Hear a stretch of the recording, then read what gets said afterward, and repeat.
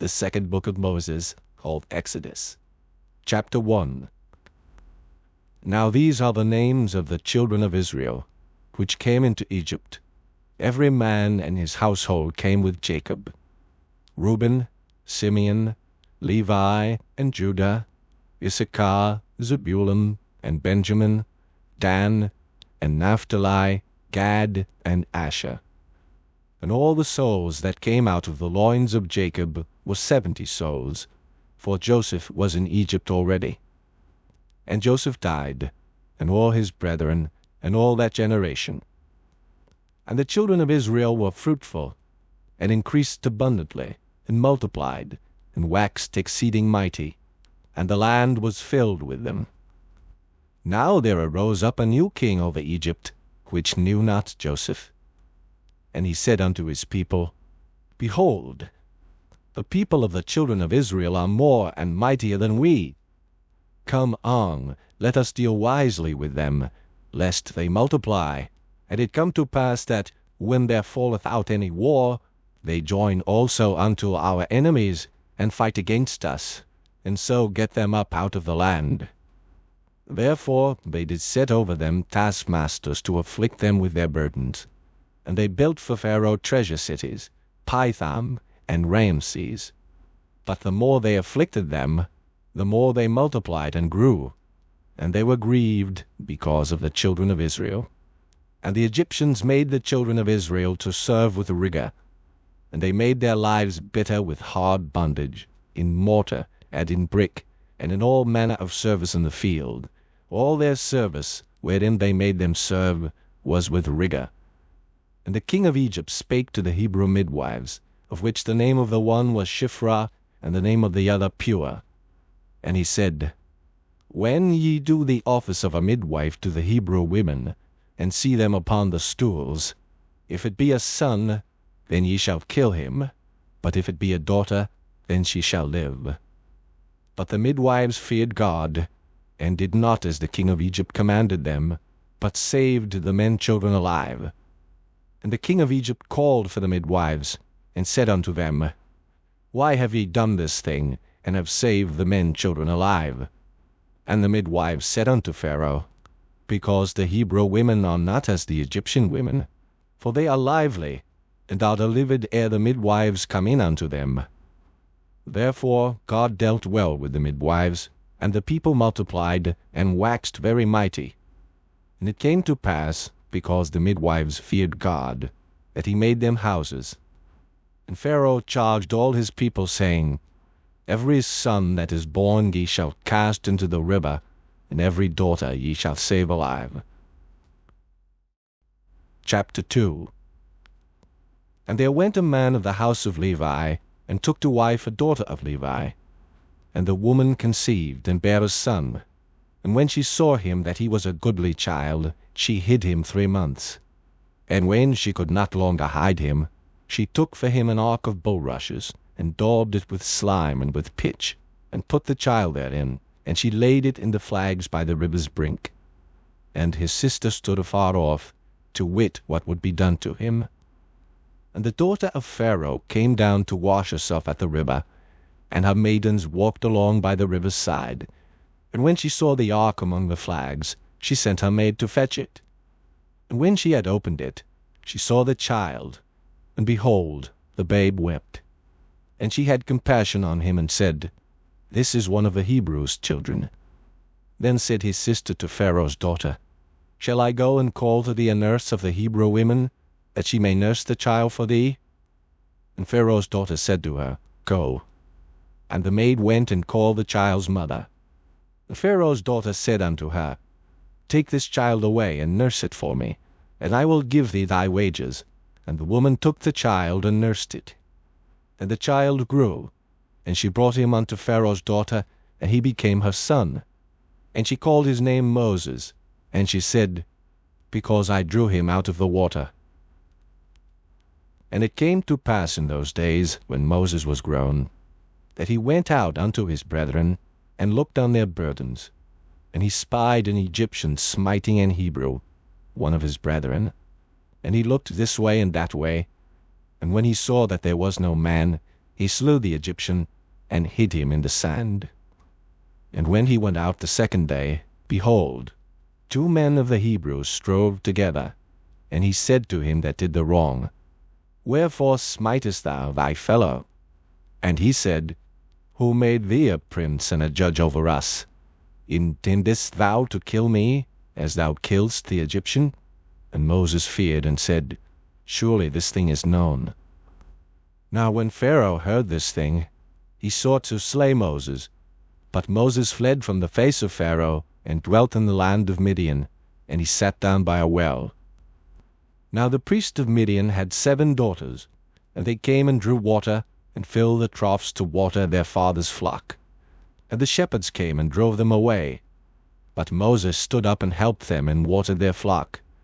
And when they came to Reuel their father, he said, How is it that ye are come so soon today?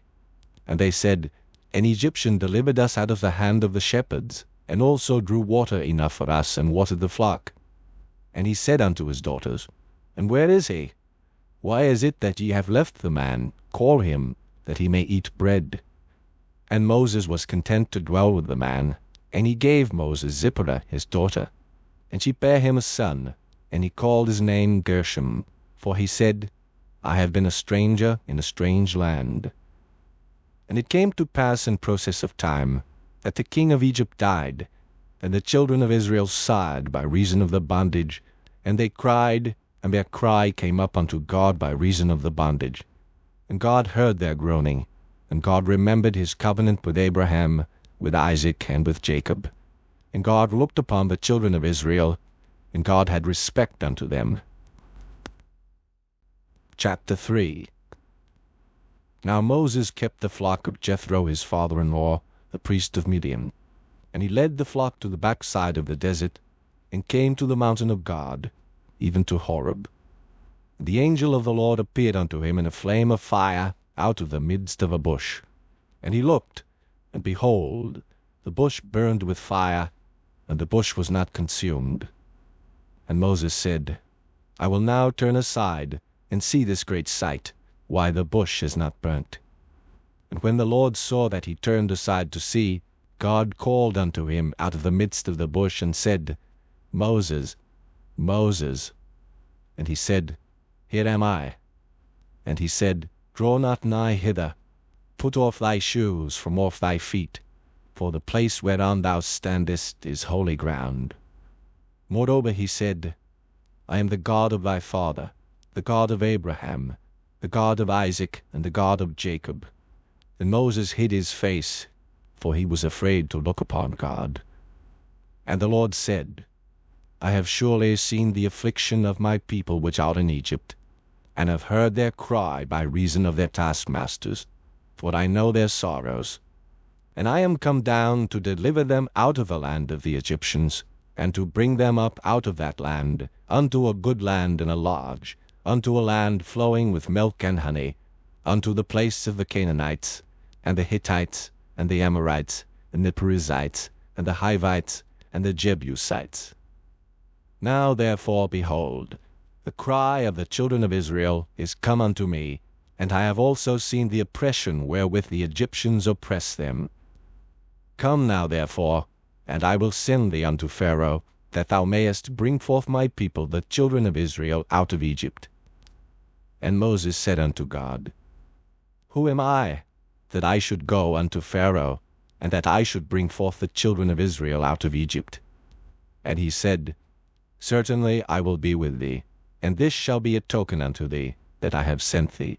When thou hast brought forth the people out of Egypt, ye shall serve God upon this mountain. And Moses said unto God, Behold, when I come unto the children of Israel, and shall say unto them, The God of your fathers hath sent me unto you, and they shall say to me, What is his name? What shall I say unto them? And God said unto Moses, I am that I am. And he said, Thus shalt thou say unto the children of Israel, I am hath sent me unto you. And God said moreover unto Moses, Thus shalt thou say unto the children of Israel, The Lord God of your fathers, the God of Abraham, the God of Isaac, and the God of Jacob, hath sent me unto you. This is my name for ever, and this is my memorial unto all generations.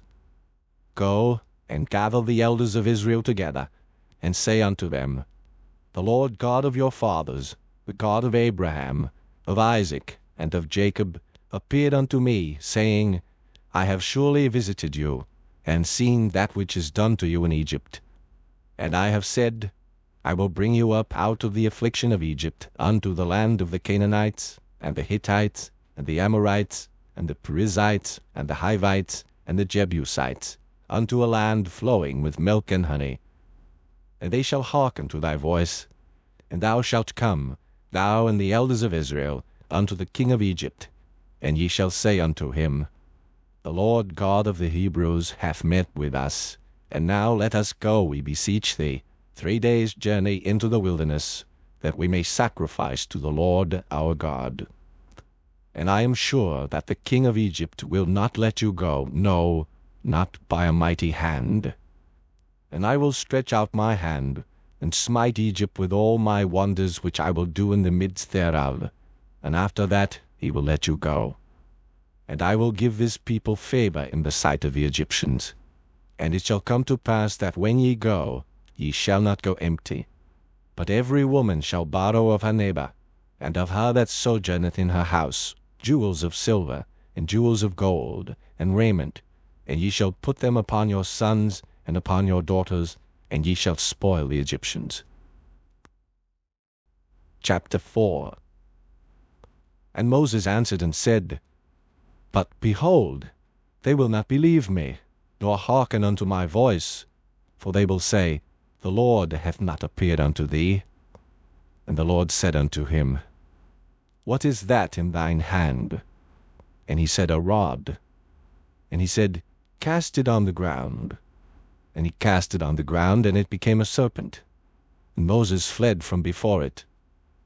And the Lord said unto Moses, Put forth thine hand, and take it by the tail.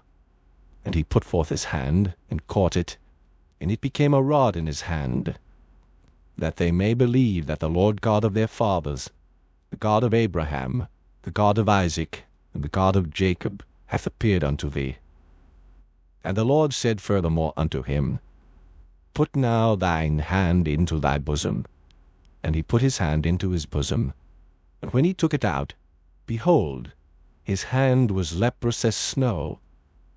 And he said, Put thine hand into thy bosom again. And he put his hand into his bosom again, and plucked it out of his bosom, and behold, it was turned again as his other flesh. And it shall come to pass, if they will not believe thee, neither hearken to the voice of the first sign, that they will believe the voice of the latter sign. And it shall come to pass, if they will not believe also these 2 signs, neither hearken unto thy voice, that thou shalt take of the water of the river, and pour it upon the dry land, and the water which thou takest out of the river shall become blood upon the dry land. And Moses said unto the Lord, O my Lord, I am not eloquent, neither heretofore, nor since thou hast spoken unto thy servant, but I am slow of speech, and of a slow tongue. And the Lord said unto him, Who hath made man's mouth?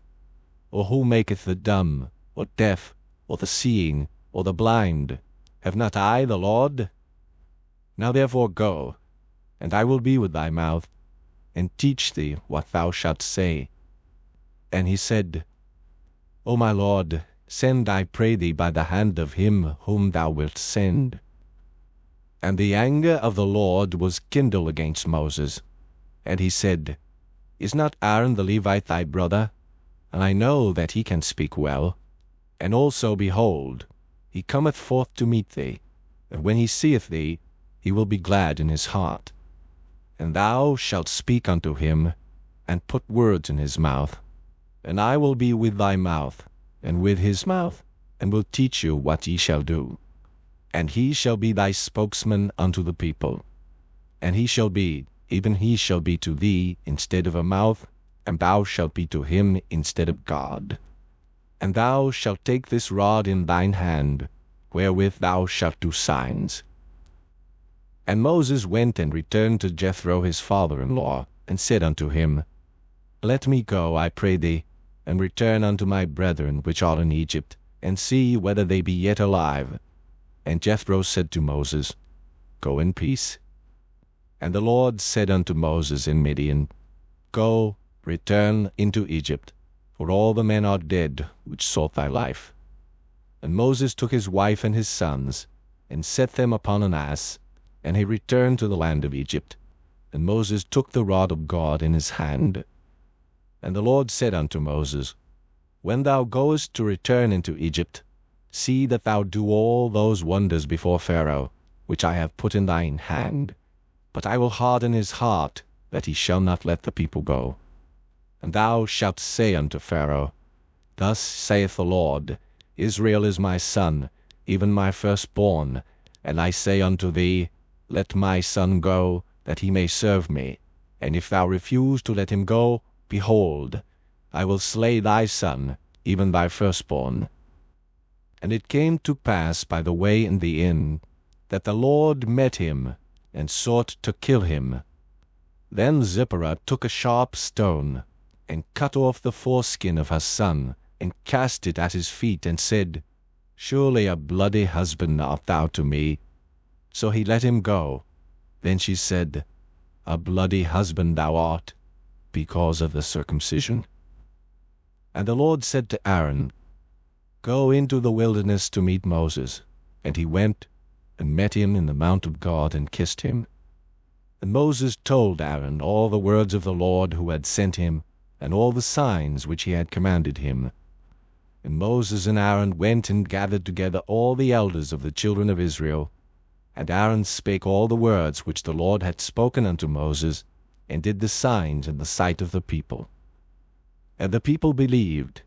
And when they heard that the Lord had visited the children of Israel, and that he had looked upon their affliction, then they bowed their heads and worshipped. Chapter 5. And afterward Moses and Aaron went in, and told Pharaoh, Thus saith the Lord God of Israel, Let my people go, that they may hold a feast unto me in the wilderness. And Pharaoh said, Who is the Lord, that I should obey his voice to let Israel go? I know not the Lord, neither will I let Israel go. And they said, The God of the Hebrews hath met with us.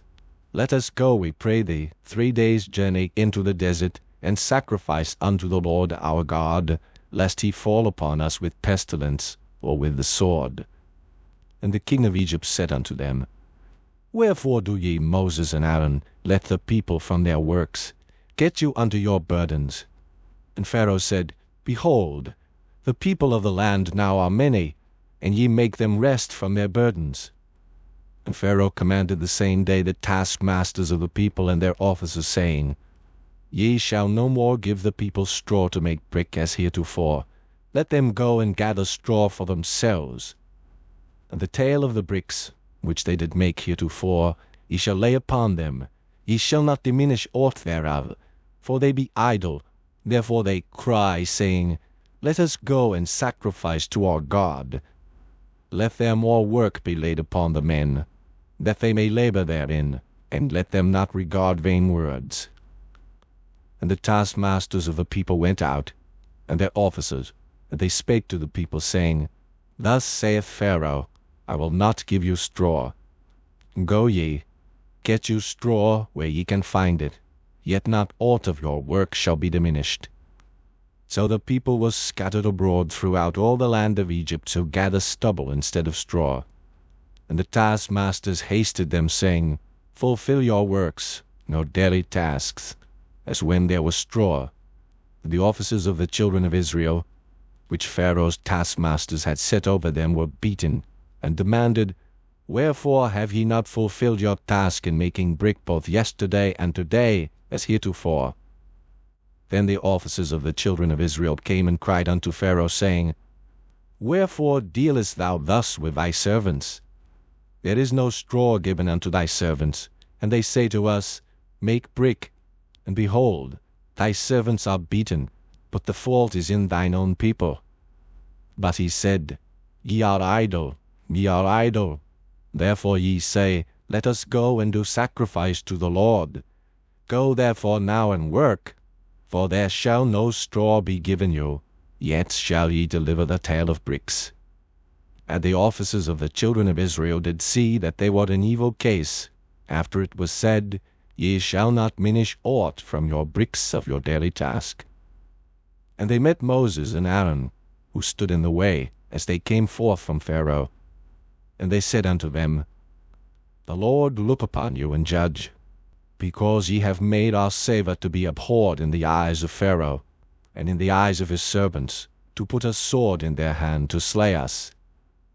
And Moses returned unto the Lord, and said, Lord, wherefore hast thou so evil entreated this people?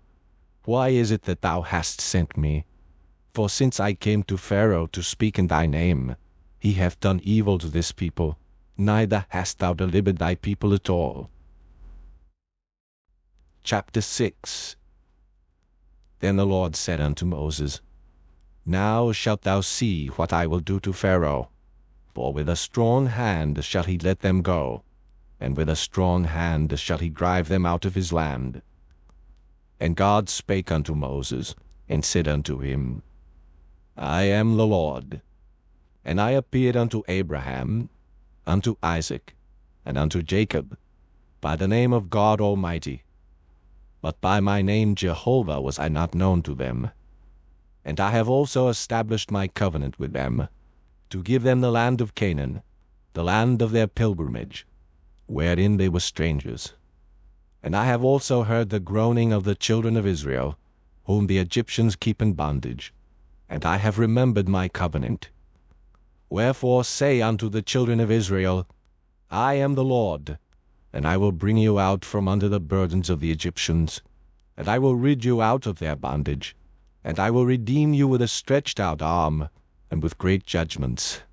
And I will take you to me for a people, and I will be to you a God, and ye shall know that I am the Lord your God, which bringeth you out from under the burdens of the Egyptians. And I will bring you in unto the land, concerning the which I did swear to give it to Abraham, to Isaac, and to Jacob, and I will give it you for an heritage. I am the Lord. And Moses spake so unto the children of Israel. But they hearkened not unto Moses for anguish of spirit, and for cruel bondage.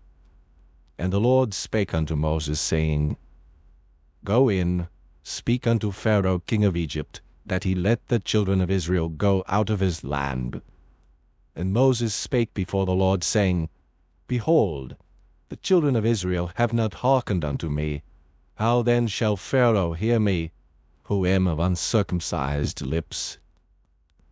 And the Lord spake unto Moses and unto Aaron, and gave them a charge unto the children of Israel, and unto Pharaoh king of Egypt, to bring the children of Israel out of the land of Egypt. These be the heads of their fathers' houses, the sons of Reuben, the firstborn of Israel, Hanok, and Palu, Hezron, and Carmi. These be the families of Reuben. And the sons of Simeon, Jemuel, and Jamin, and Ohad, and Jachin, and Zohar, and Shael, the son of a Canaanitish woman. These are the families of Simeon. And these are the names of the sons of Levi according to their generations, Gershon, and Kohath, and Merari. And the years of the life of Levi were 137 years. The sons of Gershon, Libni, and Shimei, according to their families. And the sons of Kohath, Amram, and Izhar, and Hebron, and Uzziel. And the years of the life of Kohath were 133 years.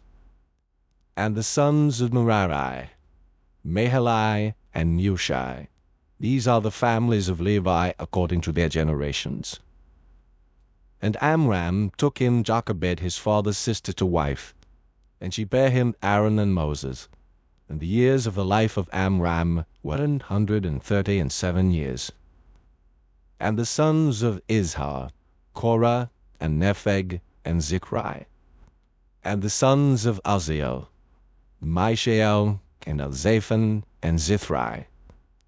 And Aaron took him Elisheba, daughter of Amminadab, sister of Naashon, to wife. And she bare him Nadab, and Abihu, Eleazar, and Ithamar. And the sons of Korah, Asa, and Elkanah, and Abiasaph. These are the families of the Korhites. And Eleazar, Aaron's son, took him one of the daughters of Putiel to wife, and she bare him Phinehas. These are the heads of the fathers of the Levites according to their families. These are that Aaron and Moses, to whom the Lord said, Bring out the children of Israel from the land of Egypt according to their armies. These are they which spake to Pharaoh king of Egypt, to bring out the children of Israel from Egypt. These are that Moses and Aaron. And it came to pass on the day when the Lord spake unto Moses in the land of Egypt, that the Lord spake unto Moses, saying, I am the Lord. Speak thou unto Pharaoh king of Egypt all that I say unto thee. And Moses said before the Lord, Behold, I am of uncircumcised lips, and how shall Pharaoh hearken unto me? Chapter 7. And the Lord said unto Moses, See, I have made thee a god to Pharaoh, and Aaron thy brother shall be thy prophet. Thou shalt speak all that I command thee, and Aaron thy brother shall speak unto Pharaoh, that he send the children of Israel out of his land. And I will harden Pharaoh's heart, and multiply my signs and my wonders in the land of Egypt. But Pharaoh shall not hearken unto you, that I may lay my hand upon Egypt, and bring forth mine armies, and my people the children of Israel, out of the land of Egypt by great judgments. And the Egyptians shall know that I am the Lord, when I stretch forth mine hand upon Egypt, and bring out the children of Israel from among them. And Moses and Aaron did as the Lord commanded them, so did they. And Moses was 80 years old, and Aaron 83 years old, when they spake unto Pharaoh. And the Lord spake unto Moses and unto Aaron, saying, When Pharaoh shall speak unto you, saying, Show a miracle for you, then thou shalt say unto Aaron, Take thy rod, and cast it before Pharaoh, and it shall become a serpent. And Moses and Aaron went in unto Pharaoh, and they did so as the Lord had commanded. And Aaron cast down his rod before Pharaoh, and before his servants, and it became a serpent. Then Pharaoh also called the wise men and the sorcerers. Now the magicians of Egypt, they also did in like manner with their enchantments. For they cast down every man his rod, and they became serpents. But Aaron's rod swallowed up their rods. And he hardened Pharaoh's heart, that he hearkened not unto them, as the Lord had said. And the Lord said unto Moses, Pharaoh's heart is hardened, he refuseth to let the people go. Get thee unto Pharaoh in the morning. Lo, he goeth out unto the water, and thou shalt stand by the river's brink against he come, and the rod which was turned to a serpent shalt thou take in thine hand, and thou shalt say unto him, The Lord God of the Hebrews hath sent me unto thee, saying, Let my people go, that they may serve me in the wilderness. And behold, hitherto thou wouldest not hear. Thus saith the Lord, In this thou shalt know that I am the Lord. Behold, I will smite with the rod that is in mine hand upon the waters which are in the river, and they shall be turned to blood. And the fish that is in the river shall die, and the river shall stink, and the Egyptians shall loathe to drink of the water of the river.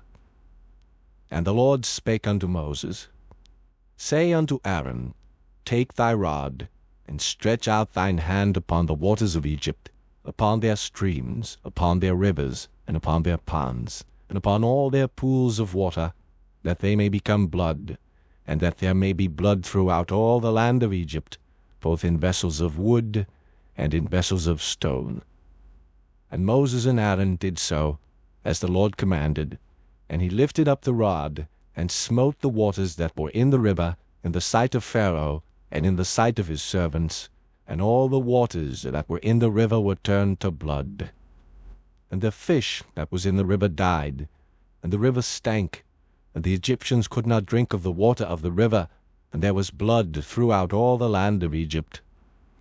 And the magicians of Egypt did so with their enchantments. And Pharaoh's heart was hardened, neither did he hearken unto them, as the Lord had said. And Pharaoh turned and went into his house, neither did he set his heart to this also. And all the Egyptians digged round about the river for water to drink, for they could not drink of the water of the river. And 7 days were fulfilled, after that the Lord had smitten the river. Chapter 8. And the Lord spake unto Moses, Go unto Pharaoh, and say unto him, Thus saith the Lord, Let my people go, that they may serve me. And if thou refuse to let them go, behold, I will smite all thy borders with frogs. And the river shall bring forth frogs abundantly, which shall go up and come into thine house, and into thy bedchamber, and upon thy bed, and into the house of thy servants, and upon thy people, and into thine ovens, and into thy kneading troughs. And the frogs shall come up both on thee, and upon thy people, and upon all thy servants.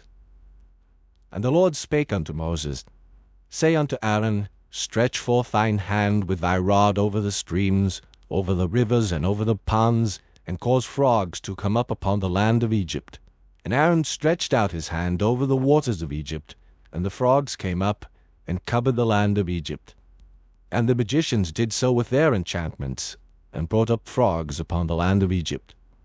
Then Pharaoh called for Moses and Aaron, and said, Entreat the Lord, that he may take away the frogs from me, and from my people, and I will let the people go, that they may do sacrifice unto the Lord.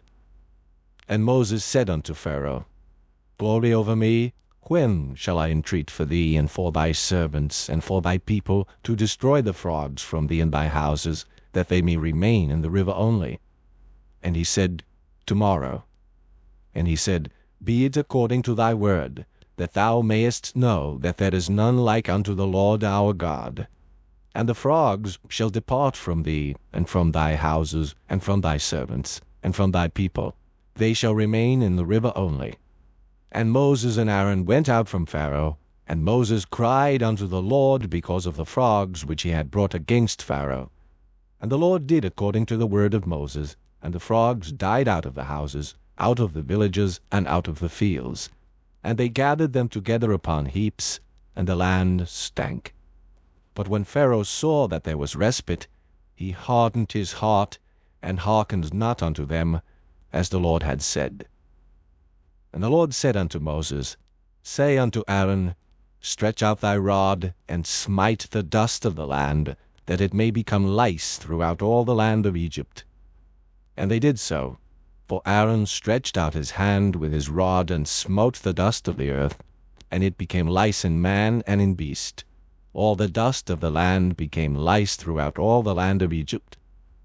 And the magicians did so with their enchantments to bring forth lice, but they could not, so there were lice upon man and upon beast. Then the magician said unto Pharaoh, This is the finger of God. And Pharaoh's heart was hardened, and he hearkened not unto them, as the Lord had said. And the Lord said unto Moses, Rise up early in the morning, and stand before Pharaoh. Lo, he cometh forth to the water, and say unto him, Thus saith the Lord, Let my people go, that they may serve me. Else, if thou wilt not let my people go, behold, I will send swarms of flies upon thee, and upon thy servants, and upon thy people, and into thy houses, and the houses of the Egyptians shall be full of swarms of flies, and also the ground whereon they are. And I will sever in that day the land of Goshen, in which my people dwell, that no swarms of flies shall be there, to the end thou mayest know that I am the Lord in the midst of the earth. And I will put a division between my people and thy people. Tomorrow shall this sign be.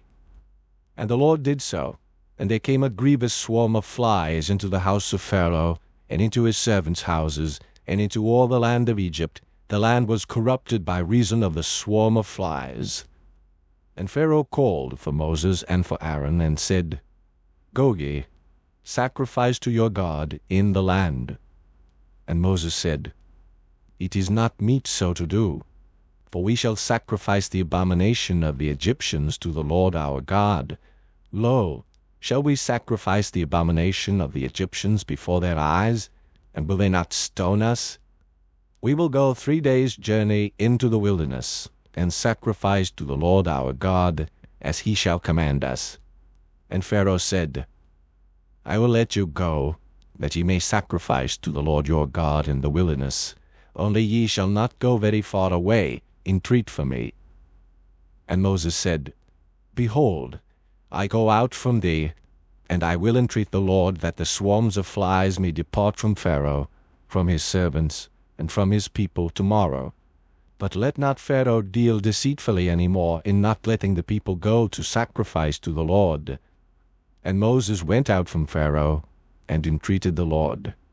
And the Lord did according to the word of Moses, and he removed the swarms of flies from Pharaoh, from his servants, and from his people. There remained not one. And Pharaoh hardened his heart at this time also, neither would he let the people go. Chapter 9. Then the Lord said unto Moses, Go in unto Pharaoh, and tell him, Thus saith the Lord God of the Hebrews, Let my people go, that they may serve me. For if thou refuse to let them go, and wilt hold them still, behold, the hand of the Lord is upon thy cattle, which is in the field, upon the horses, upon the asses, upon the camels, upon the oxen, and upon the sheep. There shall be a very grievous murrain. And the Lord shall sever between the cattle of Israel and the cattle of Egypt, and there shall nothing die of all that is the children's of Israel. And the Lord appointed a set time, saying, Tomorrow the Lord shall do this thing in the land. And the Lord did that thing on the morrow, and all the cattle of Egypt died, but of the cattle of the children of Israel died not one. And Pharaoh sent, and behold, there was not one of the cattle of the Israelites dead. And the heart of Pharaoh was hardened, and he did not let the people go. And the Lord said unto Moses and unto Aaron, Take to you handfuls of ashes of the furnace, and let Moses sprinkle it toward the heaven in the sight of Pharaoh. And it shall become small dust in all the land of Egypt, and shall be a boil breaking forth with blains upon man and upon beast, throughout all the land of Egypt. And they took ashes of the furnace, and stood before Pharaoh, and Moses sprinkled it up toward heaven, and it became a boil breaking forth with blains upon man and upon beast. And the magicians could not stand before Moses because of the boils, for the boil was upon the magicians, and upon all the Egyptians. And the Lord hardened the heart of Pharaoh, and he hearkened not unto them, as the Lord had spoken unto Moses. And the Lord said unto Moses, Rise up early in the morning, and stand before Pharaoh, and say unto him, Thus saith the Lord God of the Hebrews, Let my people go, that they may serve me.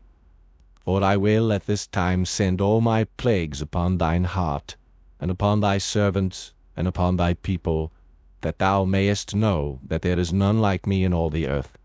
For now I will stretch out my hand, that I may smite thee and thy people with pestilence, and thou shalt be cut off from the earth. And in very deed for this cause have I raised thee up, for to show in thee my power, and that my name may be declared throughout all the earth. As yet exaltest thou thyself against my people, that thou wilt not let them go? Behold, tomorrow about this time I will cause it to rain a very grievous hail, such as hath not been in Egypt since the foundation thereof even until now. Send therefore now, and gather thy cattle, and all that thou hast in the field, for upon every man and beast which shall be found in the field, and shall not be brought home, the hail shall come down upon them, and they shall die. He that feared the word of the Lord among the servants of Pharaoh made his servants and his cattle flee into the houses. And he that regarded not the word of the Lord left his servants and his cattle in the field. And the Lord said unto Moses, Stretch forth thine hand toward heaven, that there may be hail in all the land of Egypt, upon man, and upon beast, and upon every herb of the field throughout the land of Egypt. And Moses stretched forth his rod toward heaven, and the Lord sent thunder and hail, and the fire ran along upon the ground, and the Lord rained hail upon the land of Egypt. So there was hail, and fire mingled with the hail, very grievous, such as there was none like it in all the land of Egypt since it became a nation. And the hail smote throughout all the land of Egypt all that was in the field, both man and beast, and the hail smote every herb of the field, and brake every tree of the field. Only in the land of Goshen, where the children of Israel were, was there no hail. And Pharaoh sent and called for Moses and Aaron, and said unto them, I have sinned this time. The Lord is righteous, and I and my people are wicked. Entreat the Lord, for it is enough, that there be no more mighty thunderings and hail, and I will let you go, and ye shall stay no longer.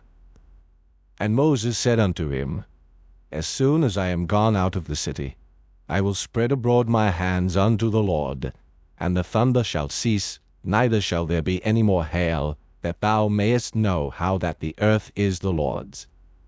But as for thee and thy servants, I know that ye will not yet fear the Lord God. And the flax and the barley was smitten, for the barley was in the ear, and the flax was bold. But the wheat and the rye were not smitten, for they were not grown up. And Moses went out of the city from Pharaoh, and spread abroad his hands unto the Lord, and the thunders and hail ceased, and the rain was not poured upon the earth. And when Pharaoh saw that the rain and the hail and the thunders were ceased, he sinned yet more, and hardened his heart, he and his servants.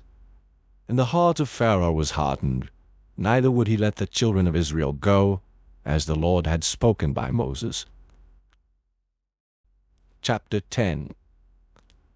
And the Lord said unto Moses, Go in unto Pharaoh, for I have hardened his heart, and the heart of his servants, that I might show these my signs before him, and that thou mayest tell in the ears of thy son, and of thy son's son, what things I have wrought in Egypt, and my signs which I have done among them, that ye may know how that I am the Lord. And Moses and Aaron came in unto Pharaoh, and said unto him, Thus saith the Lord God of the Hebrews, How long wilt thou refuse to humble thyself before me? Let my people go, that they may serve me.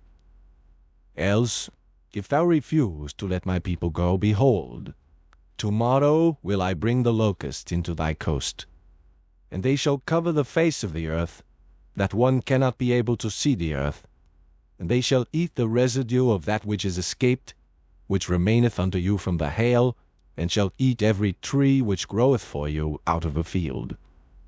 And they shall fill thy houses, and the houses of all thy servants, and the houses of all the Egyptians, which neither thy fathers nor thy fathers' fathers have seen, since the day that they were upon the earth unto this day.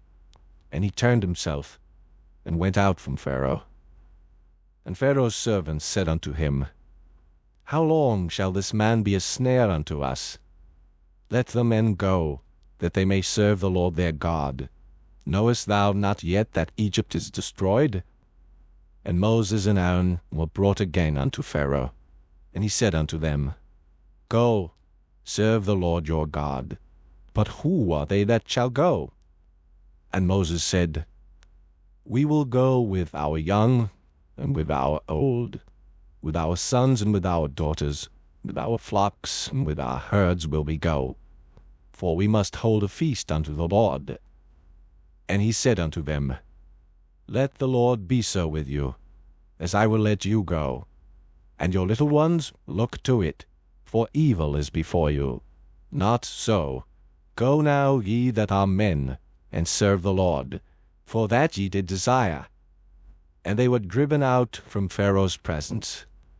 And the Lord said unto Moses, Stretch out thine hand over the land of Egypt for the locusts, that they may come up upon the land of Egypt, and eat every herb of the land, even all that the hail hath left. And Moses stretched forth his rod over the land of Egypt, and the Lord brought an east wind upon the land all that day and all that night, And when it was morning, the east wind brought the locusts. And the locusts went up over all the land of Egypt, and rested in all the coasts of Egypt. Very grievous were they. Before them there were no such locusts as they, neither after them shall be such. For they covered the face of the whole earth, so that the land was darkened, and they did eat every herb of the land, and all the fruit of the trees which the hail had left. And there remained not any green thing in the trees, but in the herbs of the field, through all the land of Egypt. Then Pharaoh called for Moses and Aaron in haste, and he said, I have sinned against the Lord your God, and against you. Now therefore forgive, I pray thee, my sin only this once, and entreat the Lord your God, that he may take away from me this death only. And he went out from Pharaoh, and entreated the Lord. And the Lord turned a mighty strong west wind, which took away the locusts, and cast them into the Red Sea. There remained not one locust in all the coasts of Egypt. But the Lord hardened Pharaoh's heart, so that he would not let the children of Israel go. And the Lord said unto Moses, Stretch out thine hand toward heaven, that there may be darkness over the land of Egypt, even darkness which may be felt. And Moses stretched forth his hand toward heaven, and there was a thick darkness in all the land of Egypt 3 days. They saw not one another, neither rose any from his place for 3 days. But all the children of Israel had light in their dwellings. And Pharaoh called unto Moses, and said, Go ye, serve the Lord.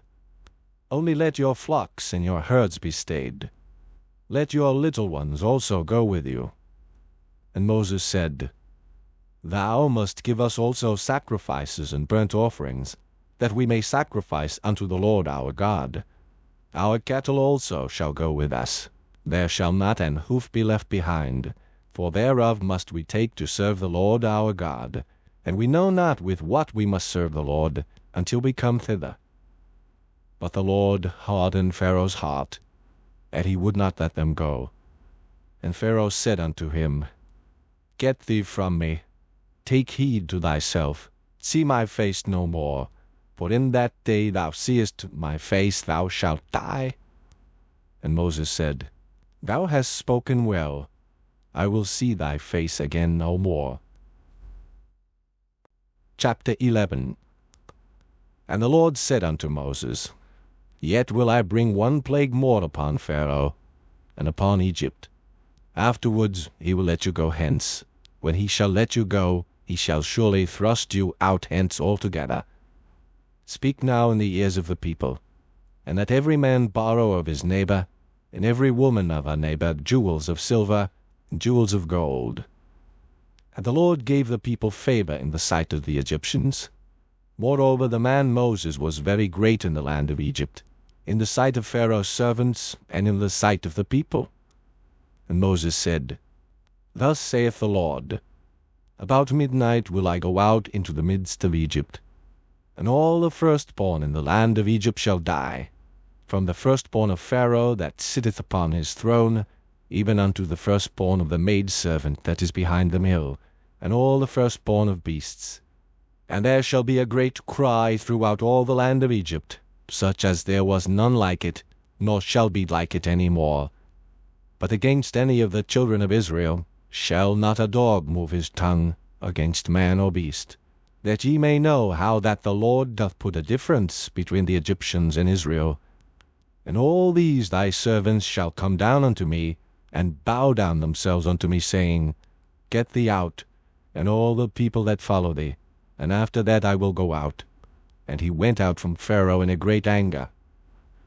And the Lord said unto Moses, Pharaoh shall not hearken unto you, that my wonders may be multiplied in the land of Egypt.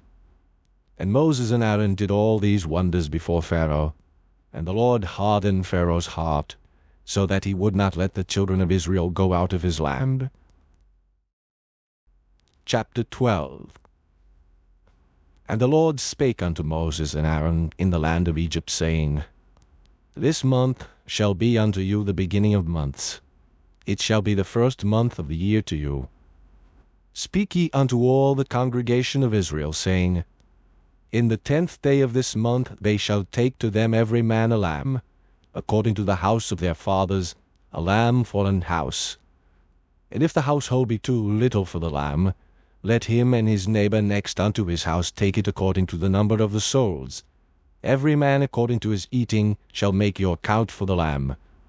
Your lamb shall be without blemish, a male of the first year. Ye shall take it out from the sheep or from the goats. And ye shall keep it up until the 14th day of the same month, and the whole assembly of the congregation of Israel shall kill it in the evening. And they shall take of the blood, and strike it on the 2 side posts and on the upper door post of the houses wherein they shall eat it.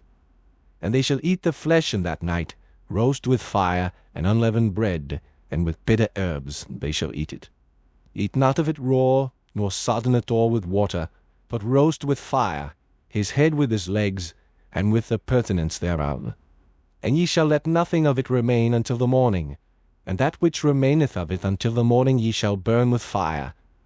And thus shall ye eat it, with your loins girded, your shoes on your feet, and your staff in your hand, and ye shall eat it in haste.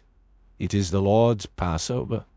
For I will pass through the land of Egypt this night, and will smite all the firstborn in the land of Egypt, both man and beast, and against all the gods of Egypt I will execute judgment. I am the Lord. And the blood shall be to you for a token upon the houses where ye are. And when I see the blood, I will pass over you, and the plague shall not be upon you to destroy you, when I smite the land of Egypt. And this day shall be unto you for a memorial, and ye shall keep it a feast to the Lord throughout your generations. Ye shall keep it a feast by an ordinance for ever. 7 days shall ye eat unleavened bread. Even the first day ye shall put away leaven out of your houses. For whosoever eateth leavened bread from the first day until the 7th day, that soul shall be cut off from Israel. And in the first day there shall be an holy convocation. And in the 7th day there shall be an holy convocation to you. No manner of work shall be done in them, save that which every man must eat, that only may be done of you. And ye shall observe the feast of unleavened bread. For in this selfsame day have I brought your armies out of the land of Egypt. Therefore shall ye observe this day in your generations by an ordinance forever. In the 1st month, on the 14th day of the month at even, ye shall eat unleavened bread, until the 21st day of the month at even. 7 days shall there be no leaven found in your houses. For whosoever eateth that which is leavened, even that soul shall be cut off from the congregation of Israel, whether he be a stranger or born in the land. Ye shall eat nothing leavened. In all your habitations shall ye eat unleavened bread. Then Moses called for all the elders of Israel, and said unto them, Draw out and take you a lamb according to your families, and kill the Passover. And ye shall take a bunch of hyssop, and dip it in the blood that is in the basin, and strike the lintel and the 2 side posts with the blood that is in the basin, and none of you shall go out at the door of his house until the morning. For the Lord will pass through to smite the Egyptians. And when he seeth the blood upon the lintel, and on the 2 side posts, the Lord will pass over the door, and will not suffer the destroyer to come in unto your houses to smite you. And ye shall observe this thing for an ordinance to thee and to thy sons forever. And it shall come to pass, when ye be come to the land which the Lord will give you, according as he hath promised, that ye shall keep this service.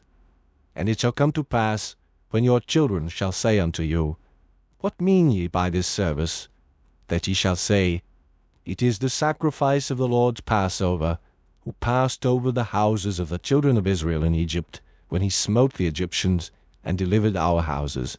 And the people bowed the head and worshipped. And the children of Israel went away, and did as the Lord had commanded Moses and Aaron, so did they. And it came to pass, that at midnight the Lord smote all the firstborn in the land of Egypt, from the firstborn of Pharaoh that sat on his throne, unto the firstborn of the captive that was in the dungeon, and all the firstborn of cattle.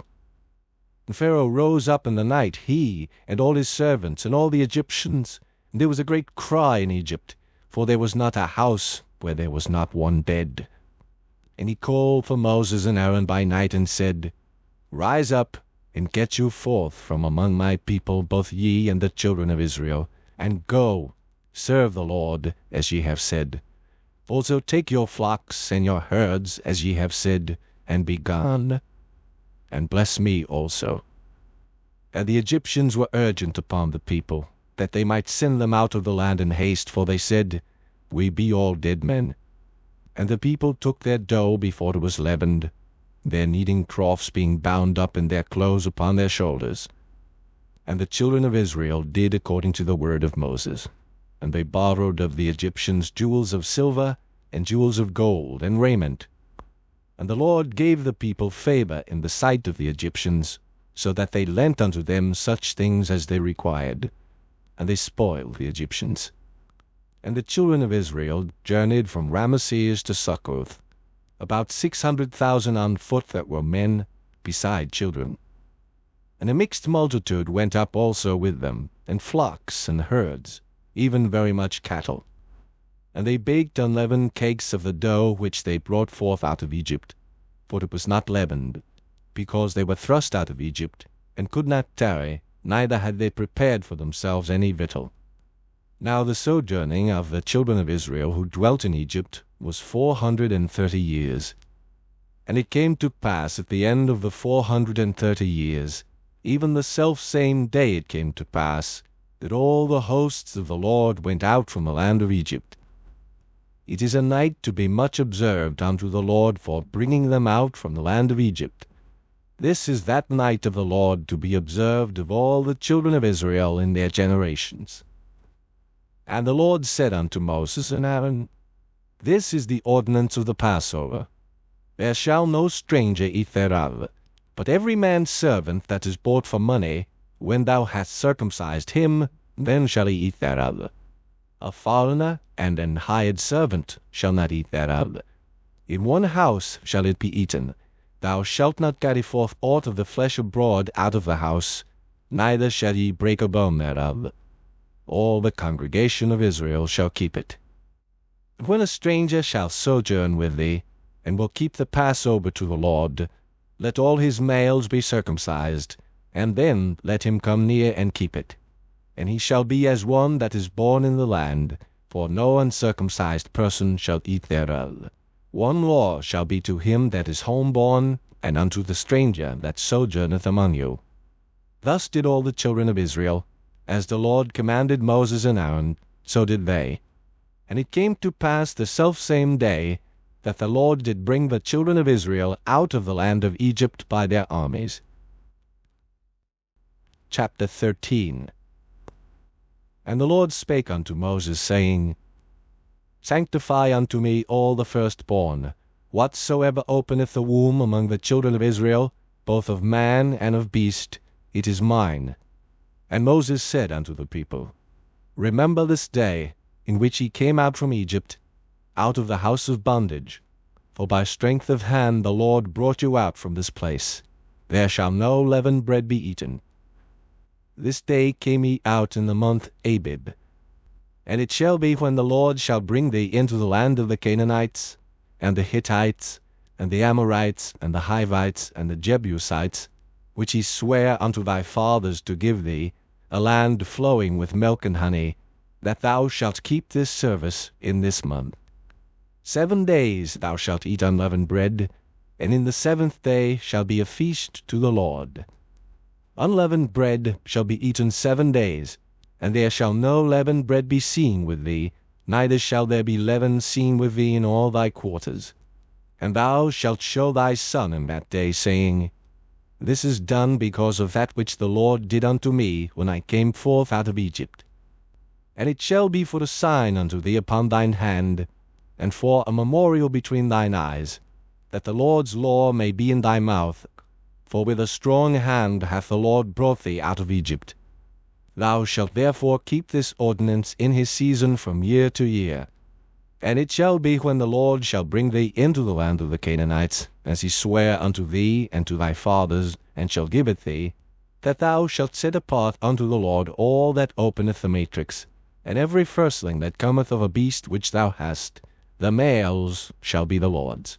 And every firstling of an ass thou shalt redeem with a lamb, And if thou wilt not redeem it, then thou shalt break his neck, and all the firstborn of man among thy children shalt thou redeem.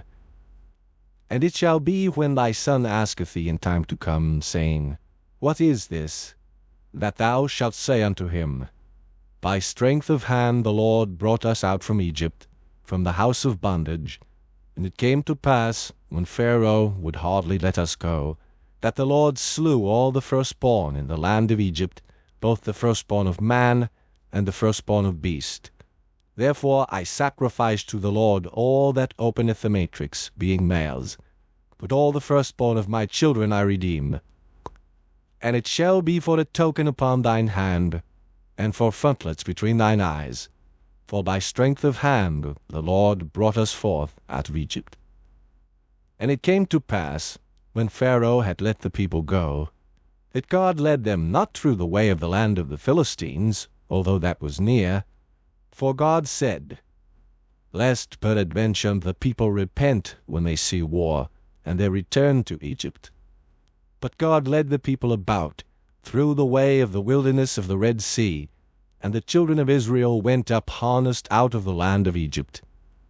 And Moses took the bones of Joseph with him, for he had straitly sworn the children of Israel, saying, God will surely visit you, and ye shall carry up my bones away hence with you. And they took their journey from Succoth, and encamped in Etham in the edge of the wilderness. And the Lord went before them by day in a pillar of a cloud, to lead them the way, and by night in a pillar of fire, to give them light, to go by day and night. He took not away the pillar of the cloud by day, nor the pillar of fire by night from before the people. Chapter 14. And the Lord spake unto Moses, saying, Speak unto the children of Israel, that they turn and encamp before Pihahiroth, between Migdol and the sea, over against Baal-zephon. Before it shall ye encamp by the sea. For Pharaoh will say of the children of Israel, They are entangled in the land, a wilderness hath shut them in. And I will harden Pharaoh's heart, that he shall follow after them. And I will be honored upon Pharaoh, and upon all his host, that the Egyptians may know that I am the Lord. And they did so. And it was told the king of Egypt that the people fled, and the heart of Pharaoh and of his servants was turned against the people, and they said, Why have we done this, that we have let Israel go from serving us? And he made ready his chariot, and took his people with him. And he took 600 chosen chariots, and all the chariots of Egypt, and captains over every one of them. And the Lord hardened the heart of Pharaoh king of Egypt, and he pursued after the children of Israel. And the children of Israel went out with an high hand. But the Egyptians pursued after them, all the horses and chariots of Pharaoh, and his horsemen, and his army, and overtook them, encamping by the sea, beside Pihahiroth, before Baal-zephon. And when Pharaoh drew nigh, the children of Israel lifted up their eyes, and behold, the Egyptians marched after them, and they were sore afraid. And the children of Israel cried out unto the Lord. And they said unto Moses, Because there were no graves in Egypt, hast thou taken us away to die in the wilderness? Wherefore hast thou dealt thus with us, to carry us forth out of Egypt? Is not this the word that we did tell thee in Egypt, saying, Let us alone, that we may serve the Egyptians? For it had been better for us to serve the Egyptians, than that we should die in the wilderness. And Moses said unto the people, Fear ye not, stand still, and see the salvation of the Lord, which he will show to you today. For the Egyptians whom ye have seen today, ye shall see them again no more forever. The Lord shall fight for you, and ye shall hold your peace. And the Lord said unto Moses, Wherefore criest thou unto me? Speak unto the children of Israel, that they go forward. But lift thou up thy rod, and stretch out thine hand over the sea, and divide it. And the children of Israel shall go on dry ground through the midst of the sea. And I, behold, I will harden the hearts of the Egyptians, and they shall follow them. And I will get me honor upon Pharaoh, and upon all his host, upon his chariots, and upon his horsemen. And the Egyptians shall know that I am the Lord, when I have gotten me honor upon Pharaoh, upon his chariots, and upon his horsemen. And the angel of God, which went before the camp of Israel, removed and went behind them, and the pillar of the cloud went from before their face, and stood behind them. And it came between the camp of the Egyptians and the camp of Israel, and it was a cloud and darkness to them, but it gave light by night to these, so that the one came not near the other all the night. And Moses stretched out his hand over the sea, and the Lord caused the sea to go back by a strong east wind all that night, and made the sea dry land, and the waters were divided. And the children of Israel went into the midst of the sea upon the dry ground, and the waters were a wall unto them on their right hand and on their left.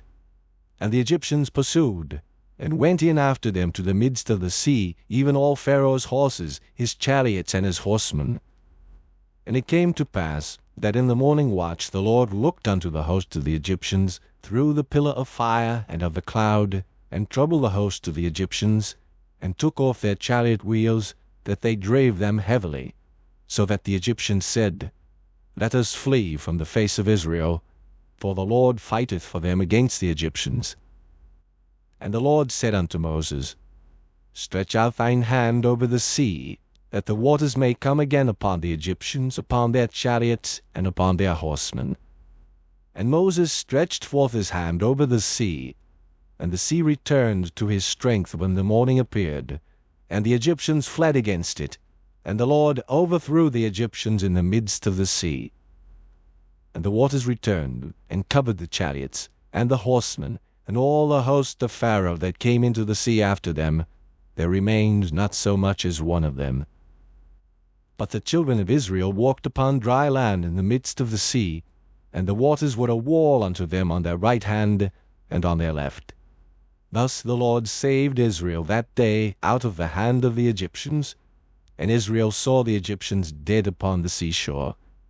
And Israel saw that great work which the Lord did upon the Egyptians, and the people feared the Lord, and believed the Lord and his servant Moses. Chapter 15. Then sang Moses and the children of Israel this song unto the Lord, and spake, saying, I will sing unto the Lord, for he hath triumphed gloriously. The horse and his rider hath he thrown into the sea. The Lord is my strength and song, and he is become my salvation. He is my God, and I will prepare him an habitation, my father's God, and I will exalt him. The Lord is a man of war, the Lord is his name. Pharaoh's chariots and his host hath he cast into the sea. His chosen captains also are drowned in the Red Sea.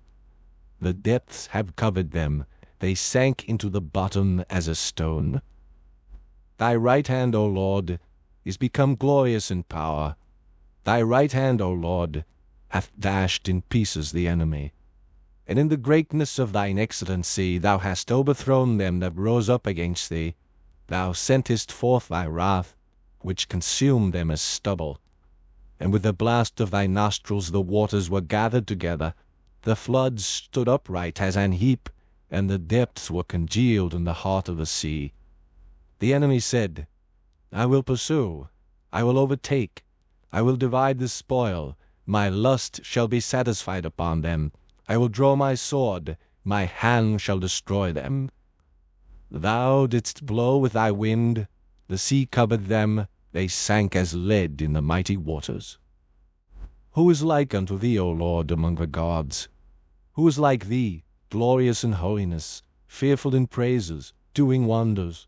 Thou stretchedst out thy right hand, the earth swallowed them. Thou in thy mercy hast led forth the people which thou hast redeemed.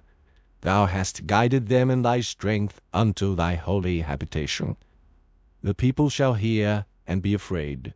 Sorrow shall take hold on the inhabitants of Palestina. Then the dukes of Edom shall be amazed. The mighty men of Moab, trembling, shall take hold upon them. All the inhabitants of Canaan shall melt away. Fear and dread shall fall upon them. By the greatness of thine arm they shall be as still as a stone. till thy people pass over, O Lord, till the people pass over, which thou hast purchased. Thou shalt bring them in, and plant them in the mountain of thine inheritance, in the place, O Lord, which thou hast made for thee to dwell in the sanctuary, O Lord, which thy hands have established. The Lord shall reign for ever and ever. For the horse of Pharaoh went in with his chariots, and with his horsemen into the sea, and the Lord brought again the waters of the sea upon them. But the children of Israel went on dry land in the midst of the sea. And Miriam the prophetess, the sister of Aaron, took a timbrel in her hand, and all the women went out after her with timbrels and with dances. And Miriam answered them, Sing ye to the Lord, for he hath triumphed gloriously. The horse and his rider hath he thrown into the sea. So Moses brought Israel from the Red Sea, and they went out into the wilderness of Shur, and they went 3 days in the wilderness and found no water. And when they came to Marah, they could not drink of the waters of Marah, for they were bitter. Therefore the name of it was called Marah. And the people murmured against Moses, saying, What shall we drink? And he cried unto the Lord. And the Lord showed him a tree, which when he had cast into the waters were made sweet. There he made for them a statute and an ordinance, and there he proved them, and said, If thou wilt diligently hearken to the voice of the Lord thy God, and wilt do that which is right in his sight, and wilt give ear to his commandments, and keep all his statutes, I will put none of these diseases upon thee, which I have brought upon the Egyptians, for I am the Lord that healeth thee. And they came to Elim, where were 12 wells of water, and 70 palm trees, and they encamped there by the waters. Chapter 16. And they took their journey from Elim, and all the congregation of the children of Israel came into the wilderness of Sin, which is between Elim and Sinai, on the 15th day of the 2nd month, after their departing out of the land of Egypt. And the whole congregation of the children of Israel murmured against Moses and Aaron in the wilderness. And the children of Israel said unto them, Would to God we had died by the hand of the Lord in the land of Egypt, when we sat by the flesh pots, and when we did eat bread to the full, for ye have brought us forth into this wilderness to kill this whole assembly with hunger. Then said the Lord unto Moses, Behold, I will rain bread from heaven for you, and the people shall go out and gather a certain rate every day, that I may prove them, whether they will walk in my law or no. And it shall come to pass, that on the 6th day they shall prepare that which they bring in, and it shall be twice as much as they gather daily. And Moses and Aaron said unto all the children of Israel, At even, then ye shall know that the Lord hath brought you out from the land of Egypt. And in the morning, then ye shall see the glory of the Lord, for that he heareth your murmurings against the Lord. And what are we, that ye murmur against us?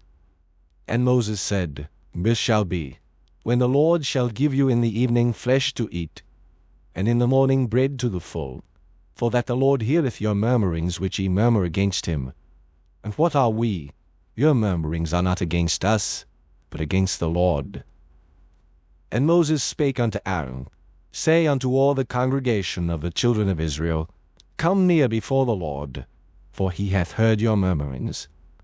And it came to pass, as Aaron spake unto the whole congregation of the children of Israel, that they looked toward the wilderness, and behold, the glory of the Lord appeared in the cloud.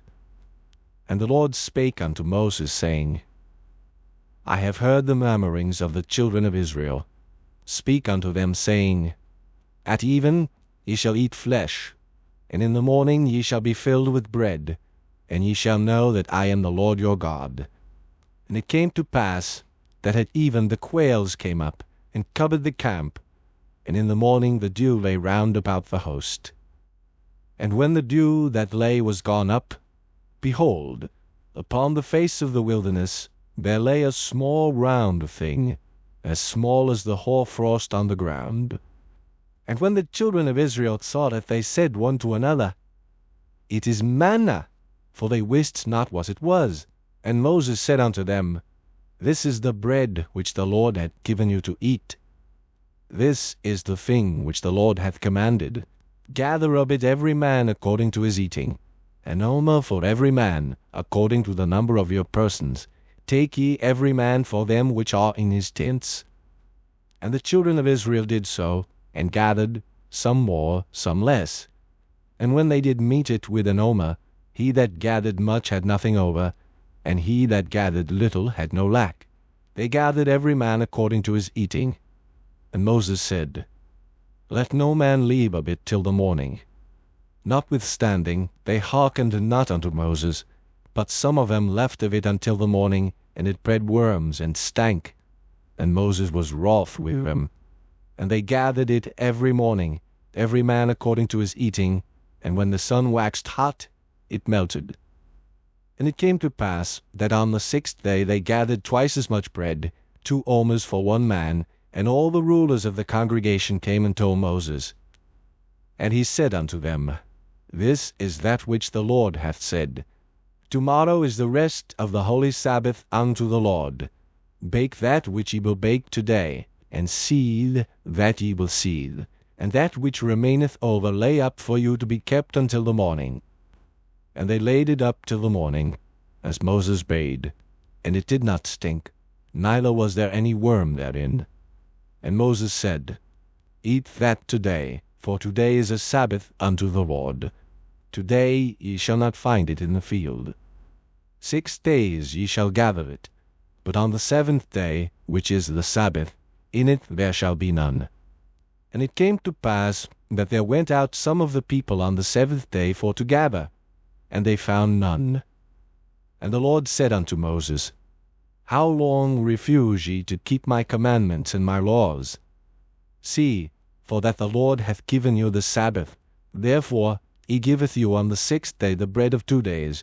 Abide ye every man in his place, let no man go out of his place on the 7th day. So the people rested on the 7th day.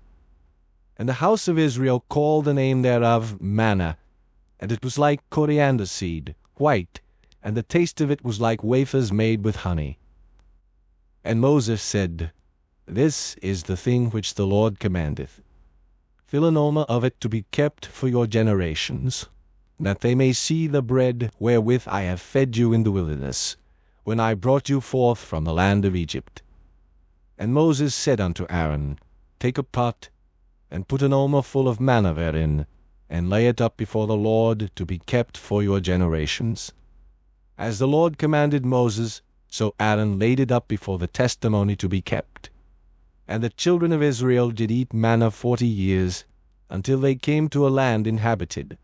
They did eat manna until they came unto the borders of the land of Canaan. Now an omer is the 10th part of an ephah. Chapter 17. And all the congregation of the children of Israel journeyed from the wilderness of Sin, after their journeys, according to the commandment of the Lord, and pitched in Rephidim, and there was no water for the people to drink. Wherefore the people did chide with Moses, and said, Give us water that we may drink. And Moses said unto them, Why chide ye with me? Wherefore do ye tempt the Lord? And the people thirsted there for water, and the people murmured against Moses, and said, Wherefore is this that thou hast brought us up out of Egypt, to kill us and our children and our cattle with thirst? And Moses cried unto the Lord, saying, What shall I do unto this people? They be almost ready to stone me. And the Lord said unto Moses, Go on before the people, and take with thee of the elders of Israel, and thy rod wherewith thou smotest the river, take in thine hand, and go. Behold, I will stand before thee there upon the rock in Horeb, and thou shalt smite the rock, and there shall come water out of it, that the people may drink. And Moses did so in the sight of the elders of Israel. And he called the name of the place Massah and Meribah, because of the chiding of the children of Israel, and because they tempted the Lord, saying, Is the Lord among us or not? Then came Amalek, and fought with Israel in Rephidim. And Moses said unto Joshua, Choose us out men, and go out, fight with Amalek. Tomorrow I will stand on the top of the hill with the rod of God in mine hand. So Joshua did as Moses had said to him, and fought with Amalek. And Moses, Aaron, and Hur went up to the top of the hill. And it came to pass, when Moses held up his hand, that Israel prevailed. And when he let down his hand, Amalek prevailed. But Moses' hands were heavy. And they took a stone, and put it under him, and he sat thereon. And Aaron and Hur stayed up his hands, the one on the one side, and the other on the other side, and his hands were steady until the going down of the sun. And Joshua discomfited Amalek and his people with the edge of the sword. And the Lord said unto Moses, Write this for a memorial in a book, and rehearse it in the ears of Joshua, for I will utterly put out the remembrance of Amalek from under heaven. And Moses built an altar, and called the name of it Jehovah Nissi. For he said, Because the Lord hath sworn that the Lord will have war with Amalek from generation to generation.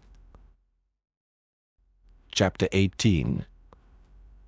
When Jethro, the priest of Midian, Moses' father-in-law, heard of all that God had done for Moses and for Israel his people, and that the Lord had brought Israel out of Egypt, then Jethro, Moses' father-in-law, took Zipporah, Moses' wife, after he had sent her back, and her 2 sons, of which the name of the one was Gershom, for he said, I have been an alien in a strange land, and the name of the other was Eliezer, for the God of my father said he was mine help, and delivered me from the sword of Pharaoh.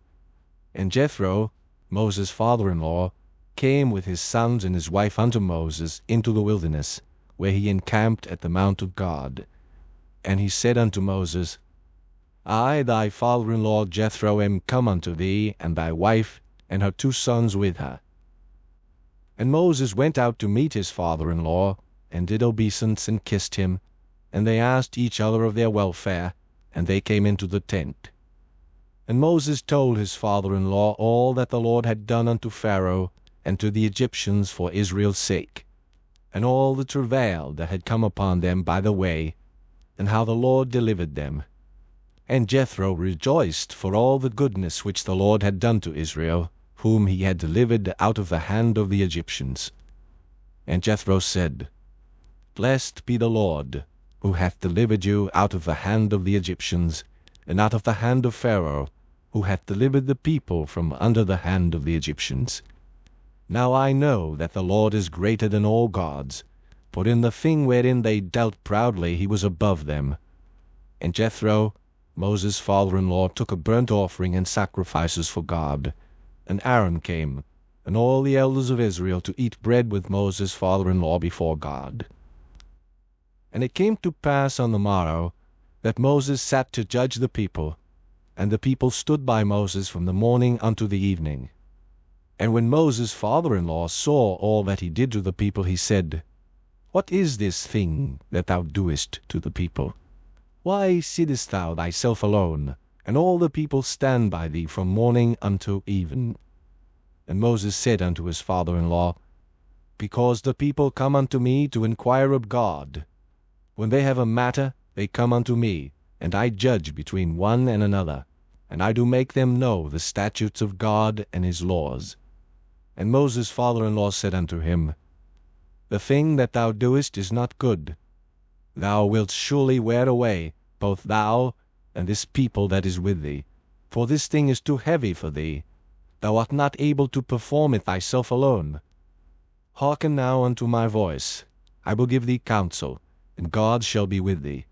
Be thou for the people to Godward, that thou mayest bring the causes unto God.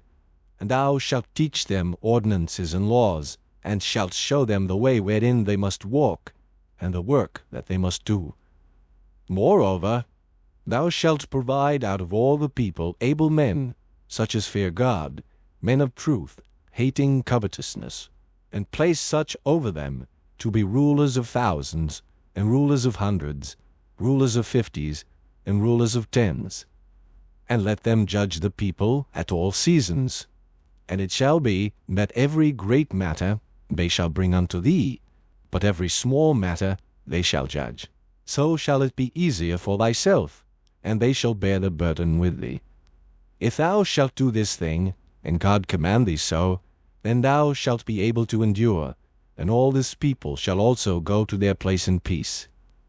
So Moses hearkened to the voice of his father-in-law, and did all that he had said. And Moses chose able men out of all Israel, and made them heads over the people, rulers of thousands, rulers of hundreds, rulers of fifties, and rulers of tens. And they judged the people at all seasons. The hard causes they brought unto Moses, but every small matter they judged themselves. And Moses let his father-in-law depart, and he went his way into his own land. Chapter 19. In the 3rd month, when the children of Israel were gone forth out of the land of Egypt, the same day came they into the wilderness of Sinai.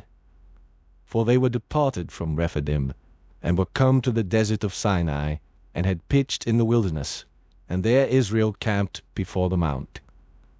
And Moses went up unto God, and the Lord called unto him out of the mountain, saying, Thus shalt thou say to the house of Jacob, and tell the children of Israel, Ye have seen what I did unto the Egyptians, and how I bare you on eagle's wings, and brought you unto myself. Now therefore, if ye will obey my voice indeed, and keep my covenant, then ye shall be a peculiar treasure unto me above all people, for all the earth is mine. And ye shall be unto me a kingdom of priests, and an holy nation. These are the words which thou shalt speak unto the children of Israel. And Moses came and called for the elders of the people, and laid before their faces all these words which the Lord commanded him. And all the people answered together and said, All that the Lord hath spoken we will do. And Moses returned the words of the people unto the Lord. And the Lord said unto Moses, Lo, I come unto thee in a thick cloud, that the people may hear when I speak with thee, and believe thee forever. And Moses told the words of the people unto the Lord. And the Lord said unto Moses, Go unto the people, and sanctify them today and tomorrow, and let them wash their clothes, and be ready against the 3rd day, for the 3rd day the Lord will come down in the sight of all the people upon Mount Sinai. And thou shalt set bounds unto the people round about, saying, Take heed to yourselves, that ye go not up into the mount, or touch the border of it. Whosoever toucheth the mount shall be surely put to death. There shall not an hand touch it, but he shall surely be stoned, or shot through. Whether it be beast or man, it shall not live. Where the trumpet soundeth long, they shall come up to the mount. And Moses went down from the mount unto the people, and sanctified the people, and they washed their clothes. And he said unto the people, Be ready against the 3rd day. Come not at your wives. And it came to pass on the 3rd day in the morning, that there were thunders and lightnings, and a thick cloud upon the mount, and the voice of the trumpet exceeding loud, so that all the people that was in the camp trembled. And Moses brought forth the people out of the camp to meet with God, and they stood at the nether part of the mount. And Mount Sinai was altogether on a smoke, because the Lord descended upon it in fire, and the smoke thereof ascended as the smoke of a furnace, and the whole mount quaked greatly. And when the voice of the trumpet sounded long, and waxed louder and louder, Moses spake, and God answered him by a voice. And the Lord came down upon Mount Sinai on the top of the mount, and the Lord called Moses up to the top of the mount, and Moses went up. And the Lord said unto Moses, Go down, charge the people, lest they break through unto the Lord to gaze, and many of them perish. And let the priests also, which come near to the Lord, sanctify themselves, lest the Lord break forth upon them.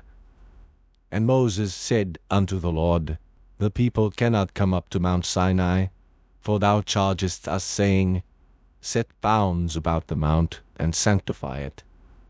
And the Lord said unto him, Away, get thee down, and thou shalt come up, thou and Aaron with thee. But let not the priests and the people break through to come up unto the Lord, lest he break forth upon them. So Moses went down unto the people, and spake unto them. Chapter 20. And God spake all these words, saying, I am the Lord thy God, which have brought thee out of the land of Egypt, out of the house of bondage. Thou shalt have no other gods before me. Thou shalt not make unto thee any graven image, or any likeness of anything that is in heaven above, or that is in the earth beneath, or that is in the water under the earth. Thou shalt not bow down thyself to them, nor serve them. For I, the Lord thy God, am a jealous God, visiting the iniquity of the fathers upon the children unto the third and fourth generation of them that hate me, and showing mercy unto thousands of them that love me, and keep my commandments. Thou shalt not take the name of the Lord thy God in vain, for the Lord will not hold him guiltless that taketh his name in vain. Remember the Sabbath day to keep it holy. 6 days shalt thou labor, and do all thy work. But the 7th day is the Sabbath of the Lord thy God. In it thou shalt not do any work, thou, nor thy son, nor thy daughter, thy manservant, nor thy maidservant, nor thy cattle, nor thy stranger that is within thy gates. For in 6 days the Lord made heaven and earth, the sea, and all that in them is, and rested the 7th day. Wherefore the Lord blessed the Sabbath day, and hallowed it. Honor thy father and thy mother, that thy days may be long upon the land which the Lord thy God giveth thee. Thou shalt not kill. Thou shalt not commit adultery. Thou shalt not steal. Thou shalt not bear false witness against thy neighbor. Thou shalt not covet thy neighbor's house. Thou shalt not covet thy neighbor's wife, nor his manservant, nor his maidservant, nor his ox, nor his ass, nor anything that is thy neighbor's. And all the people saw the thunderings, and the lightnings, and the noise of the trumpet, and the mountain smoking. And when the people saw it, they removed, and stood afar off. And they said unto Moses, Speak thou with us, and we will hear. But let not God speak with us, lest we die. And Moses said unto the people, Fear not, for God is come to prove you, and that his fear may be before your faces, that ye sin not. And the people stood afar off, and Moses drew near unto the thick darkness where God was. And the Lord said unto Moses, Thus thou shalt say unto the children of Israel, Ye have seen that I have talked with you from heaven. Ye shall not make with me gods of silver, neither shall ye make unto you gods of gold. An altar of earth thou shalt make unto me, and shalt sacrifice thereon thy burnt offerings, and thy peace offerings, thy sheep and thine oxen. In all places where I record my name, I will come unto thee, and I will bless thee. And if thou wilt make me an altar of stone, thou shalt not build it of hewn stone, for if thou lift up thy tool upon it, thou hast polluted it. Neither shalt thou go up by steps unto mine altar, that thy nakedness be not discovered thereon. Chapter 21. Now these are the judgments which thou shalt set before them. If thou buy an Hebrew servant, 6 years he shall serve, and in the 7th he shall go out free for nothing. If he came in by himself, he shall go out by himself. If he were married, then his wife shall go out with him. If his master have given him a wife, and she have borne him sons or daughters, the wife and her children shall be her master's, and he shall go out by himself. And if the servant shall plainly say, I love my master, my wife, and my children, I will not go out free, then his master shall bring him unto the judges. He shall also bring him to the door, or unto the door post, and his master shall bore his ear through with an awl, and he shall serve him forever. And if a man sell his daughter to be a maidservant, she shall not go out as the men servants do. If she please not her master, who hath betrothed her to himself, then shall he let her be redeemed. To sell her unto a strange nation he shall have no power, seeing he hath dealt deceitfully with her. And if he have betrothed her unto his son, he shall deal with her after the manner of daughters. If he take him another wife, her food, her raiment, and her duty of marriage shall he not diminish. And if he do not these three unto her, then shall she go out free without money. He that smiteth a man, so that he die, shall be surely put to death. And if a man lie not in wait, but God deliver him into his hand, then I will appoint thee a place whither he shall flee. But if a man come presumptuously upon his neighbor to slay him with guile, thou shalt take him from mine altar, that he may die. And he that smiteth his father or his mother shall be surely put to death. And he that stealeth a man, and selleth him, or if he be found in his hand, he shall surely be put to death. And he that curseth his father or his mother shall surely be put to death. And if men strive together, and one smite another with a stone, or with his fist, and he die not, but keepeth his bed, if he rise again, and walk abroad upon his staff, then shall he that smote him be quit. Only he shall pay for the loss of his time, and shall cause him to be thoroughly healed. And if a man smite his servant, or his maid with a rod, and he die under his hand, he shall be surely punished. Notwithstanding, if he continue a day or two, he shall not be punished, for he is his money. If men strive, and hurt a woman with child, so that her fruit depart from her, and yet no mischief follow, he shall be surely punished, according as the woman's husband will lay upon him, and he shall pay as the judges determine. And if any mischief follow, then thou shalt give life for life, eye for eye, tooth for tooth, hand for hand, foot for foot, burning for burning, wound for wound, stripe for stripe. And if a man smite the eye of his servant, or the eye of his maid, that it perish, he shall let him go free for his eye's sake. And if he smite out his manservant's tooth, or his maidservant's tooth, he shall let him go free for his tooth's sake. If an ox call a man or a woman that they die, then the ox shall be surely stoned, and his flesh shall not be eaten, but the owner of the ox shall be quit. But if the ox were wont to push with his horn in time past, and it hath been testified to his owner, and he hath not kept him in, but that he hath killed a man or a woman, the ox shall be stoned, and his owner also shall be put to death. If there be laid on him a sum of money, then he shall give for the ransom of his life whatsoever is laid upon him. Whether he have gored a son, or have gored a daughter, according to this judgment shall it be done unto him. If the ox shall push a manservant or a maidservant, he shall give unto their master 30 shekels of silver, and the ox shall be stoned. And if a man shall open a pit, or if a man shall dig a pit, and not cover it, and an ox or an ass fall therein, the owner of the pit shall make it good, and give money unto the owner of them, and the dead beast shall be his. And if one man's ox hurt another's, that he die, then they shall sell the live ox, and divide the money of it, and the dead ox also they shall divide. Or if it be known that the ox hath used to push in time past, and his owner hath not kept him in, he shall surely pay ox for ox, and the dead shall be his own. Chapter 22. If a man shall steal an ox or a sheep, and kill it or sell it, he shall restore 5 oxen for an ox, and 4 sheep for a sheep. If a thief be found breaking up, and be smitten that he die, there shall no blood be shed for him.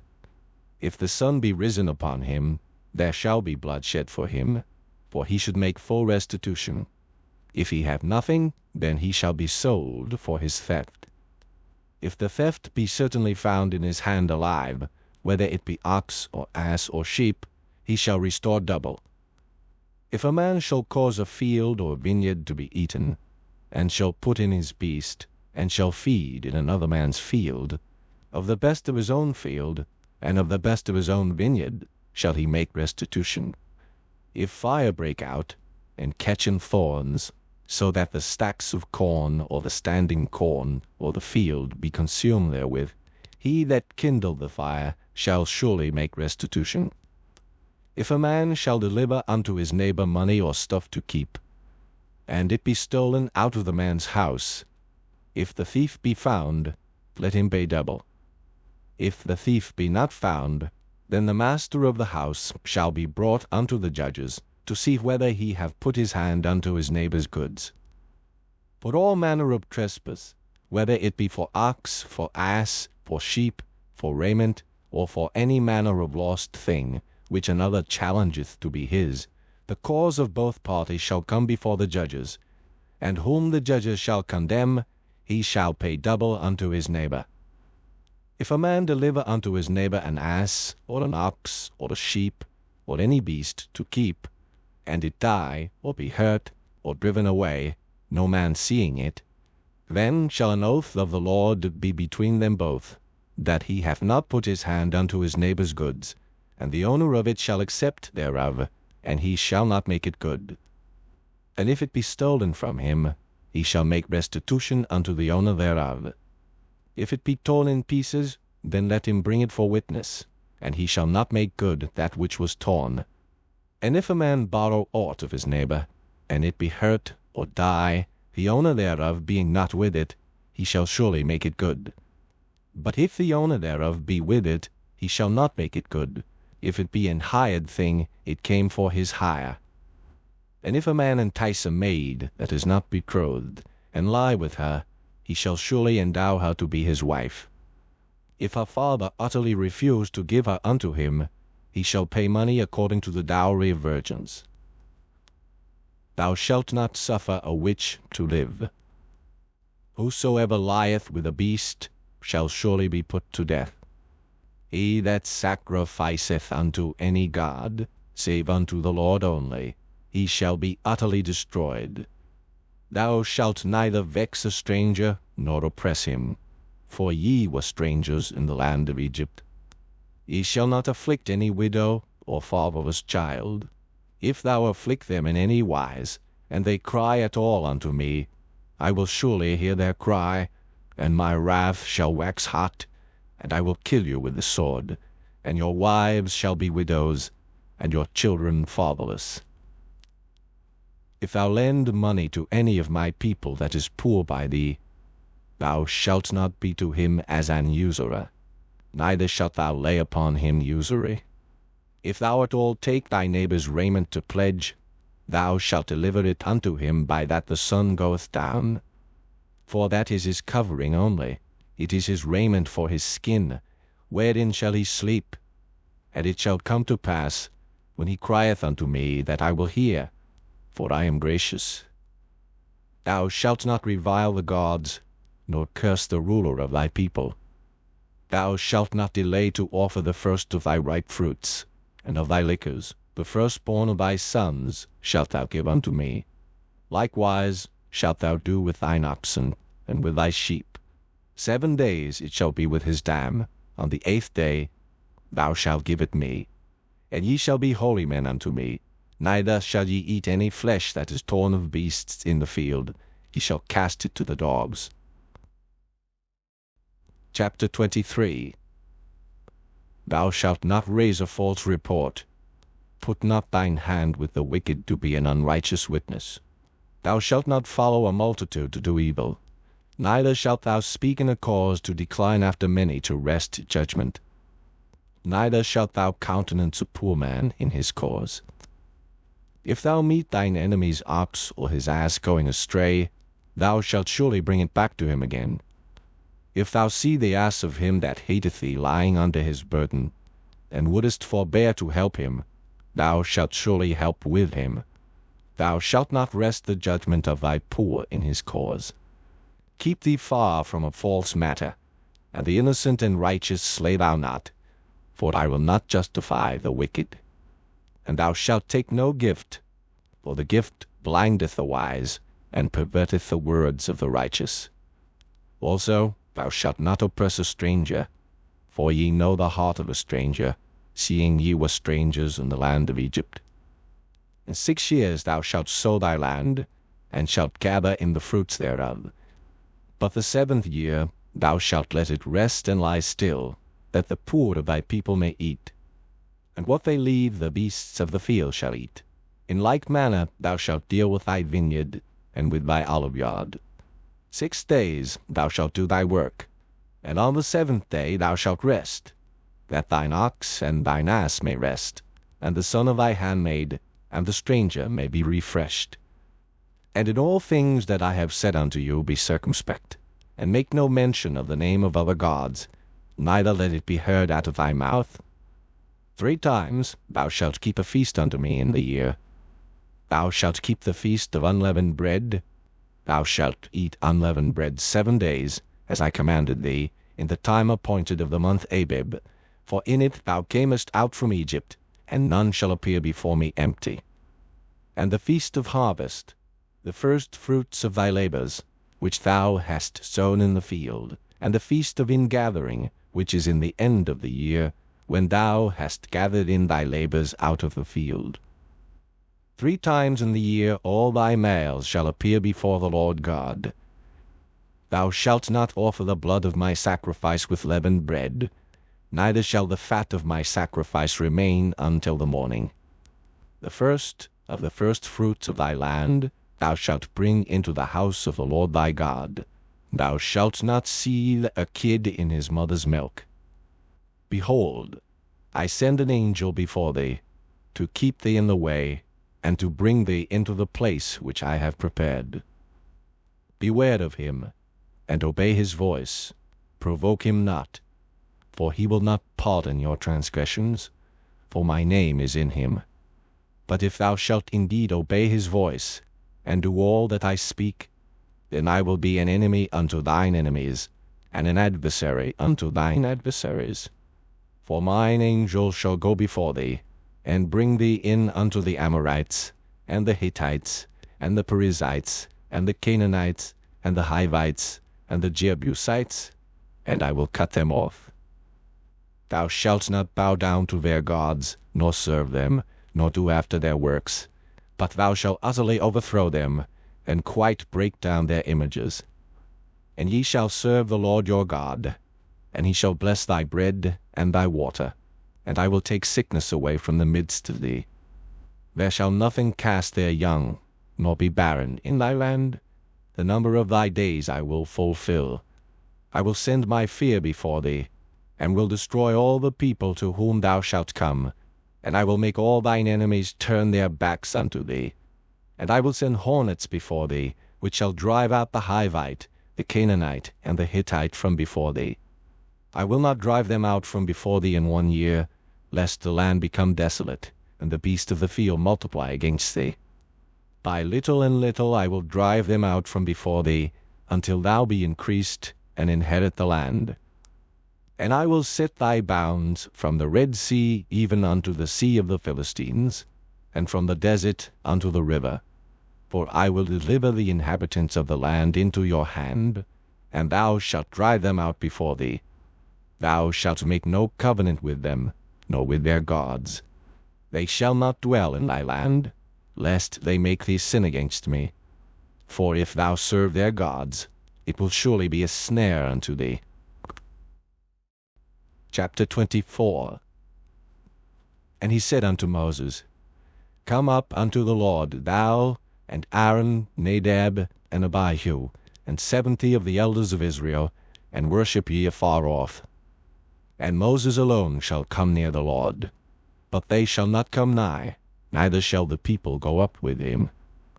And Moses came and told the people all the words of the Lord, and all the judgments. And all the people answered with one voice and said, All the words which the Lord hath said will we do.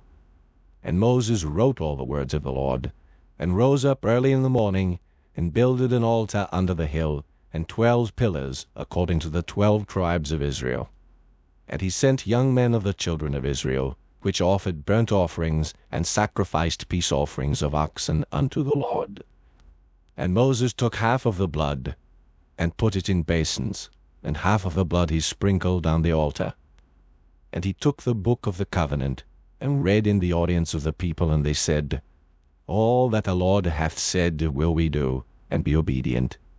And Moses took the blood, and sprinkled it on the people, and said, Behold the blood of the covenant, which the Lord hath made with you concerning all these words.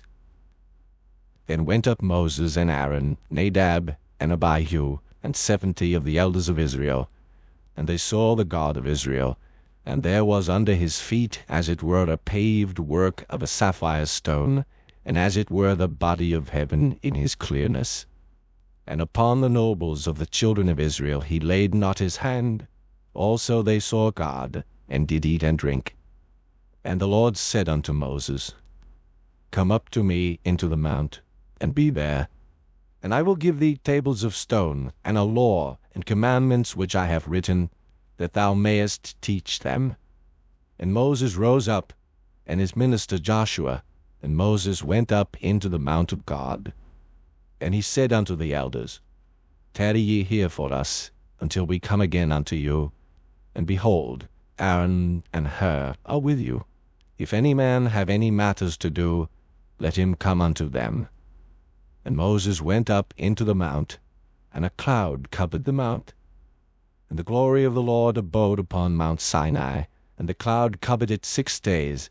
And the 7th day he called unto Moses out of the midst of the cloud. And the sight of the glory of the Lord was like devouring fire on the top of the mount in the eyes of the children of Israel. And Moses went into the midst of the cloud, and gat him up into the mount, and Moses was in the mount 40 days and 40 nights. Chapter 25. And the Lord spake unto Moses, saying, Speak unto the children of Israel, that they bring me an offering.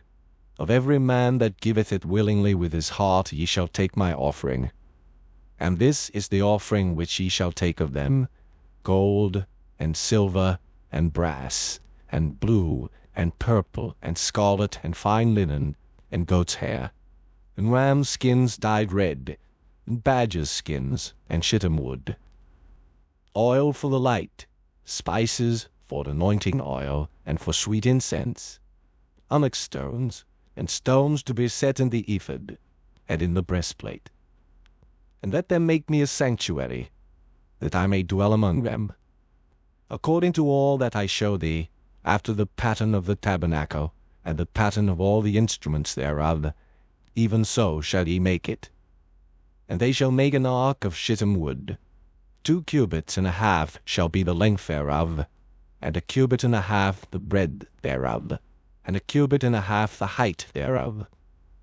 And thou shalt overlay it with pure gold, within and without shalt thou overlay it, and shalt make upon it a crown of gold round about. And thou shalt cast 4 rings of gold for it, and put them in the 4 corners thereof. And 2 rings shall be in the one side of it, and 2 rings in the other side of it. And thou shalt make staves of shittim wood, and overlay them with gold. And thou shalt put the staves into the rings by the sides of the ark, that the ark may be borne with them. The staves shall be in the rings of the ark, they shall not be taken from it. And thou shalt put into the ark the testimony which I shall give thee. And thou shalt make a mercy seat of pure gold. 2 cubits and a half shall be the length thereof, and 1 cubit and a half the breadth thereof. And thou shalt make 2 cherubims of gold. Of beaten work shalt thou make them in the 2 ends of the mercy seat. And make 1 cherub on the one end, and the other cherub on the other end. Even of the mercy seat shall ye make the cherubims on the 2 ends thereof. And the cherubims shall stretch forth their wings on high, covering the mercy seat with their wings, and their faces shall look one to another. Toward the mercy seat shall the faces of the cherubims be. And thou shalt put the mercy seat above upon the ark, and in the ark thou shalt put the testimony that I shall give thee. And there I will meet with thee, and I will commune with thee from above the mercy seat, from between the two cherubims which are upon the ark of the testimony, of all things which I will give thee in commandment unto the children of Israel. Thou shalt also make a table of shittim wood. 2 cubits shall be the length thereof, and a cubit the breadth thereof, and a cubit and a half the height thereof.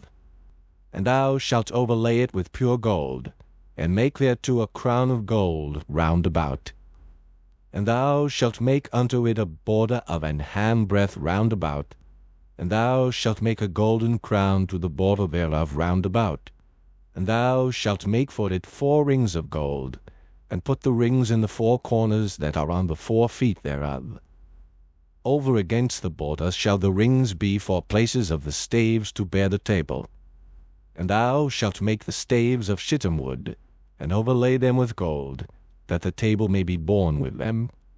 And thou shalt make the dishes thereof, and spoons thereof, and covers thereof, and bowls thereof, to cover withal. Of pure gold shalt thou make them. And thou shalt set upon the table showbread before me alway. And thou shalt make a candlestick of pure gold. Of beaten work shall the candlestick be made. His shaft, and his branches, his bowls, his knops, and his flowers shall be of the same. And 6 branches shall come out of the sides of it, 3 branches of the candlestick out of the one side, and 3 branches of the candlestick out of the other side. 3 bowls made like unto almonds, with a knop and a flower in one branch, and 3 bowls made like almonds in the other branch, with a knop and a flower, so in the 6 branches that come out of the candlestick. And in the candlestick shall be 4 bowls, made like unto almonds, with their knops and their flowers. And there shall be a knop under 2 branches of the same, and a knop under 2 branches of the same, and a knop under 2 branches of the same, according to the 6 branches that proceed out of the candlestick. Their knops and their branches shall be of the same, all it shall be one beaten work of pure gold. And thou shalt make the 7 lamps thereof, and they shall light the lamps thereof, that they may give light over against it. And the tongues thereof, and the snuff dishes thereof, shall be of pure gold. Of a talent of pure gold shall he make it, with all these vessels. And look that thou make them after their pattern, which was showed thee in the mount. Chapter 26. Moreover, thou shalt make the tabernacle with 10 curtains of fine twined linen, and blue and purple and scarlet. With cherubims of cunning work shalt thou make them. The length of one curtain shall be 28 cubits, and the breadth of one curtain 4 cubits. And every one of the curtains shall have one measure. The 5 curtains shall be coupled together one to another, and other 5 curtains shall be coupled one to another. And thou shalt make loops of blue upon the edge of the one curtain from the selvage in the coupling. And likewise shalt thou make in the uttermost edge of another curtain, in the coupling of the second. 50 loops shalt thou make in the one curtain, and 50 loops shalt thou make in the edge of the curtain that is in the coupling of the second, that the loops may take hold one of another. And thou shalt make 50 taches of gold, and couple the curtains together with the taches, and it shall be one tabernacle. And thou shalt make curtains of goat's hair to be a covering upon the tabernacle. 11 curtains shalt thou make. The length of one curtain shall be 30 cubits, and the breadth of one curtain 4 cubits. And the 11 curtains shall be all of one measure. And thou shalt couple 5 curtains by themselves, and 6 curtains by themselves, and shalt double the 6th curtain in the forefront of the tabernacle. And thou shalt make 50 loops on the edge of the one curtain that is outmost in the coupling, and 50 loops in the edge of the curtain which coupleth the second. And thou shalt make 50 taches of brass, and put the taches into the loops, and couple the tent together, that it may be one. And the remnant that remaineth of the curtains of the tent, the half curtain that remaineth, shall hang over the backside of the tabernacle, and a cubit on the one side, and a cubit on the other side of that which remaineth in the length of the curtains of the tent, it shall hang over the sides of the tabernacle on this side and on that side to cover it. And thou shalt make a covering for the tent of rams' skins dyed red, and a covering above of badgers' skins. And thou shalt make boards for the tabernacle of shittim wood standing up. 10 cubits shall be the length of a board, and 1.5 cubits shall be the breadth of one board. 2 tenons shall there be in one board, set in order one against another. Thus shalt thou make for all the boards of the tabernacle. And thou shalt make the boards for the tabernacle, 20 boards on the south side southward. And thou shalt make 40 sockets of silver under the 20 boards, 2 sockets under one board for his 2 tenons, and 2 sockets under another board for his 2 tenons. And for the second side of the tabernacle on the north side there shall be 20 boards, and there 40 sockets of silver, 2 sockets under one board, and 2 sockets under another board. And for the sides of the tabernacle westward thou shalt make 6 boards, and 2 boards shalt thou make for the corners of the tabernacle in the 2 sides. And they shall be coupled together beneath, and they shall be coupled together above the head of it unto one ring. Thus shall it be for them both. They shall be for the 2 corners. And they shall be 8 boards, and their sockets of silver 16 sockets, 2 sockets under one board, and 2 sockets under another board. And thou shalt make bars of shittim wood, 5 for the boards of the one side of the tabernacle, and 5 bars for the boards of the other side of the tabernacle, and 5 bars for the boards of the side of the tabernacle for the 2 sides westward.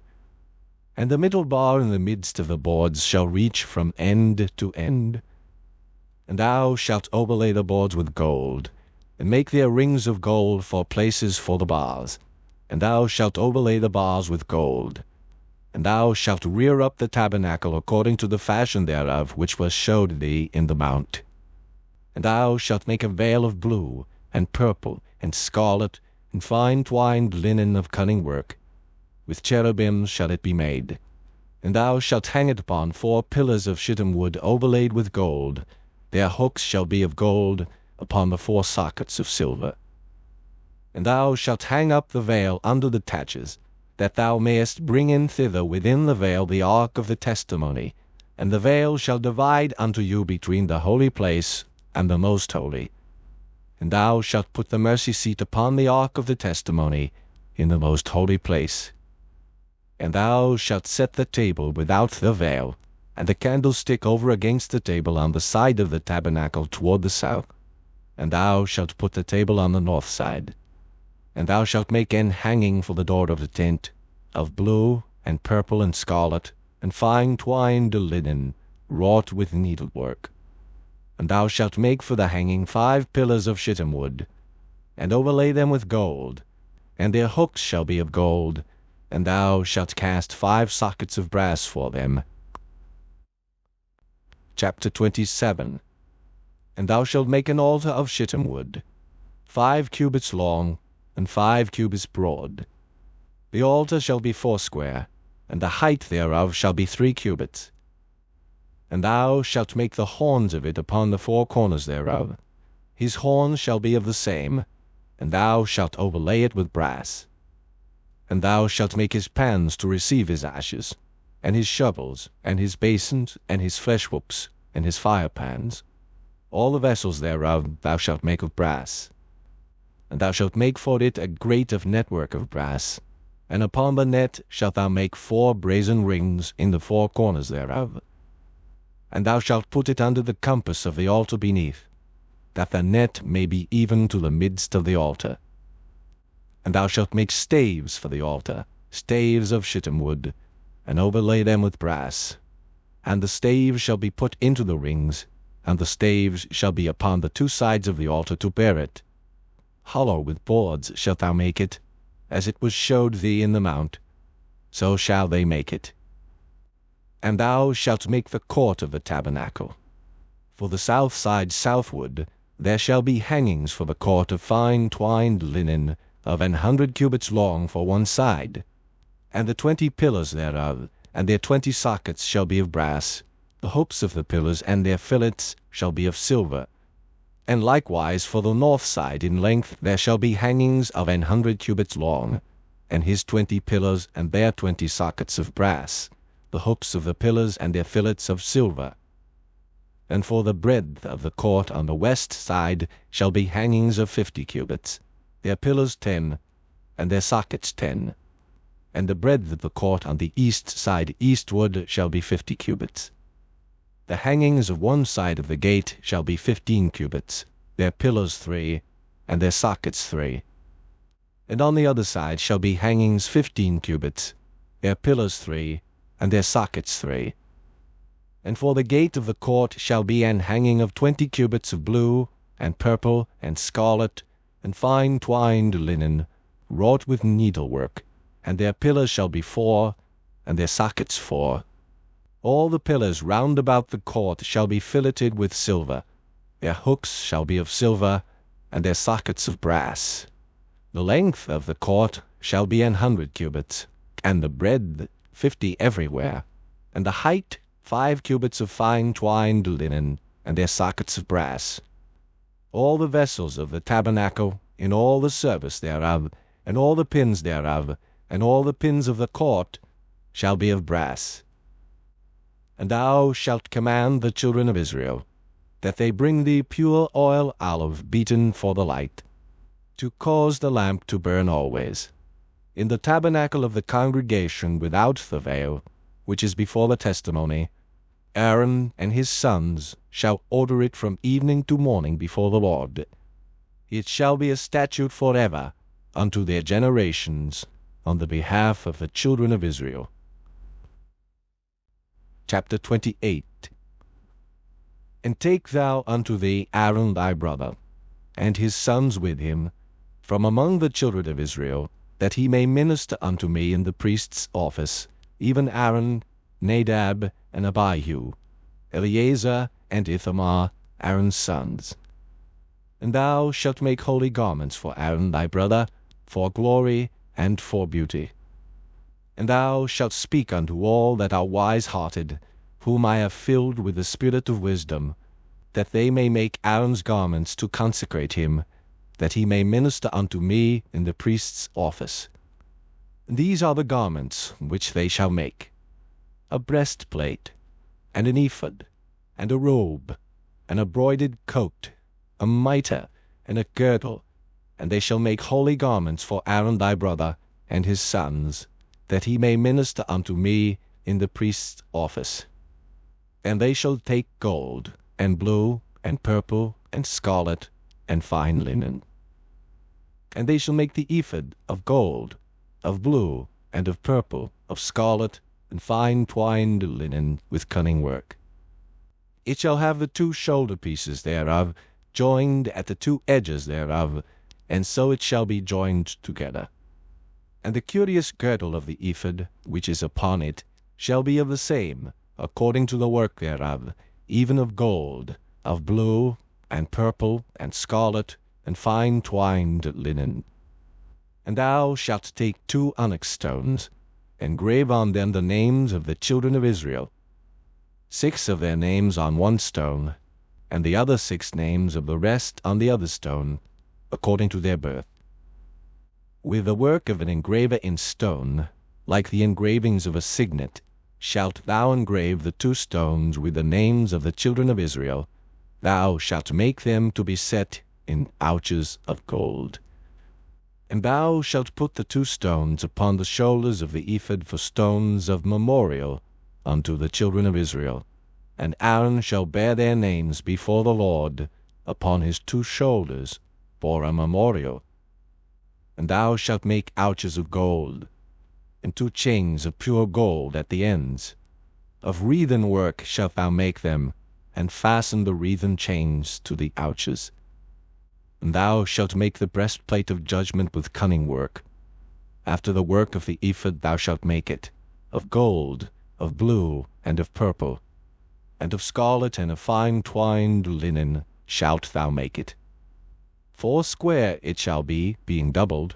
A span shall be the length thereof, and a span shall be the breadth thereof. And thou shalt set it in settings of stones, even 4 rows of stones.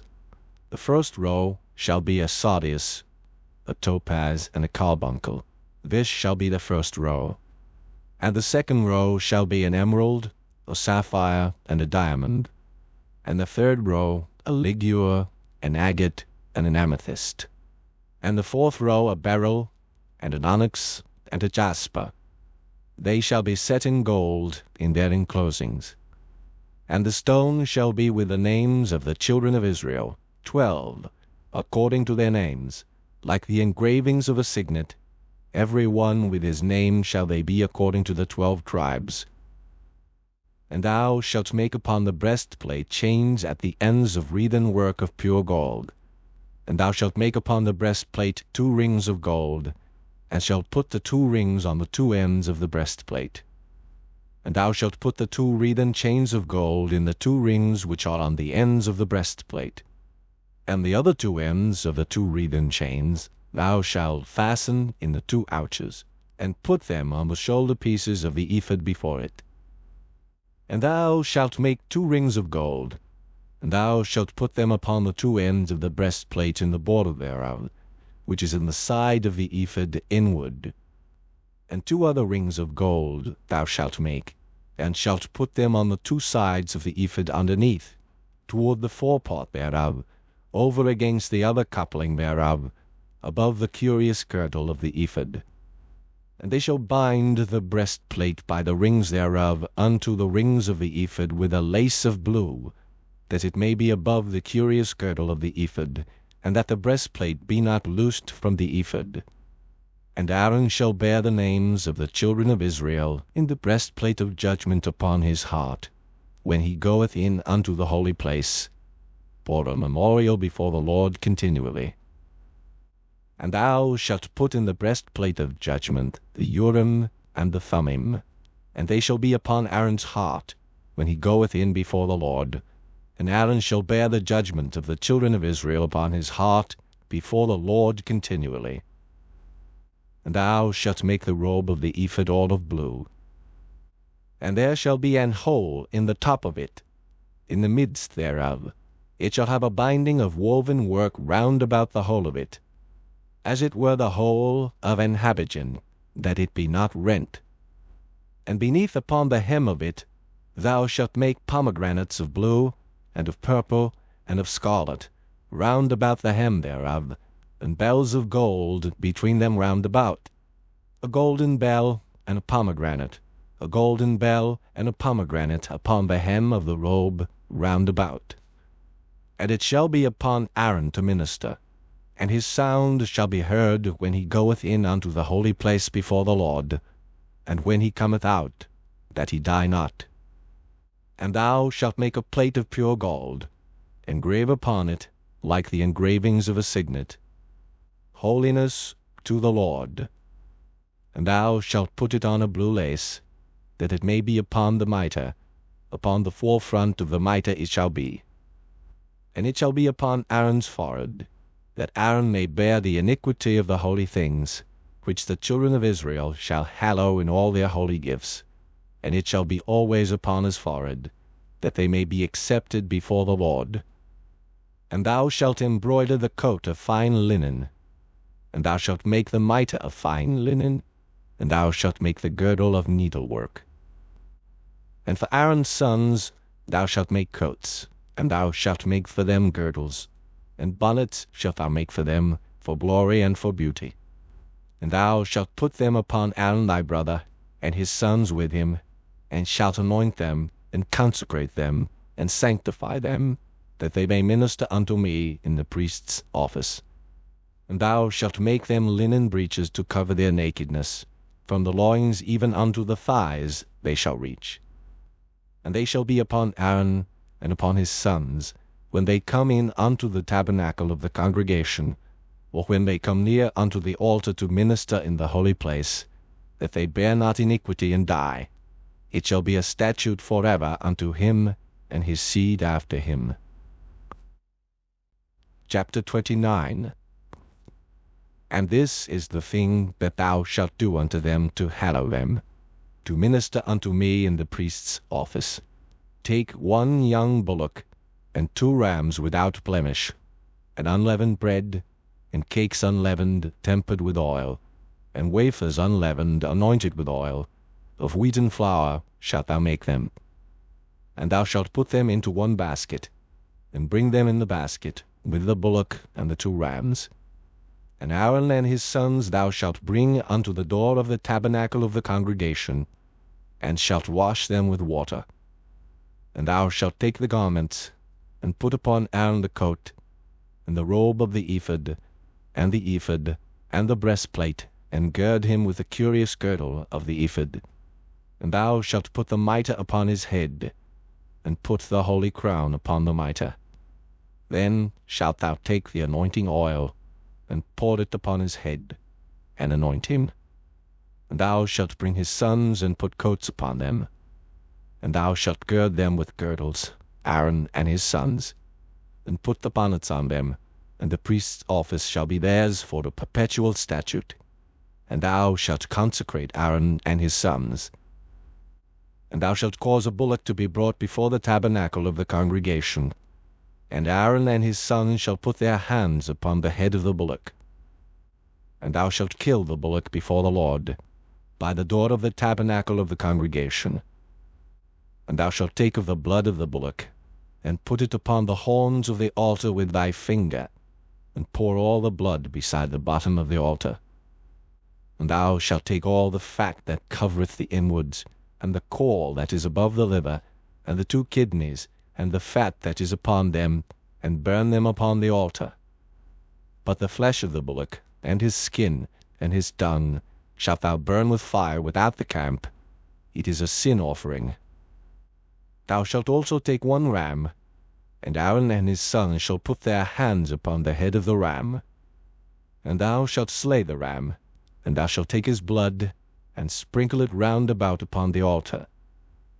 And thou shalt cut the ram in pieces, and wash the inwards of him, and his legs, and put them unto his pieces and unto his head.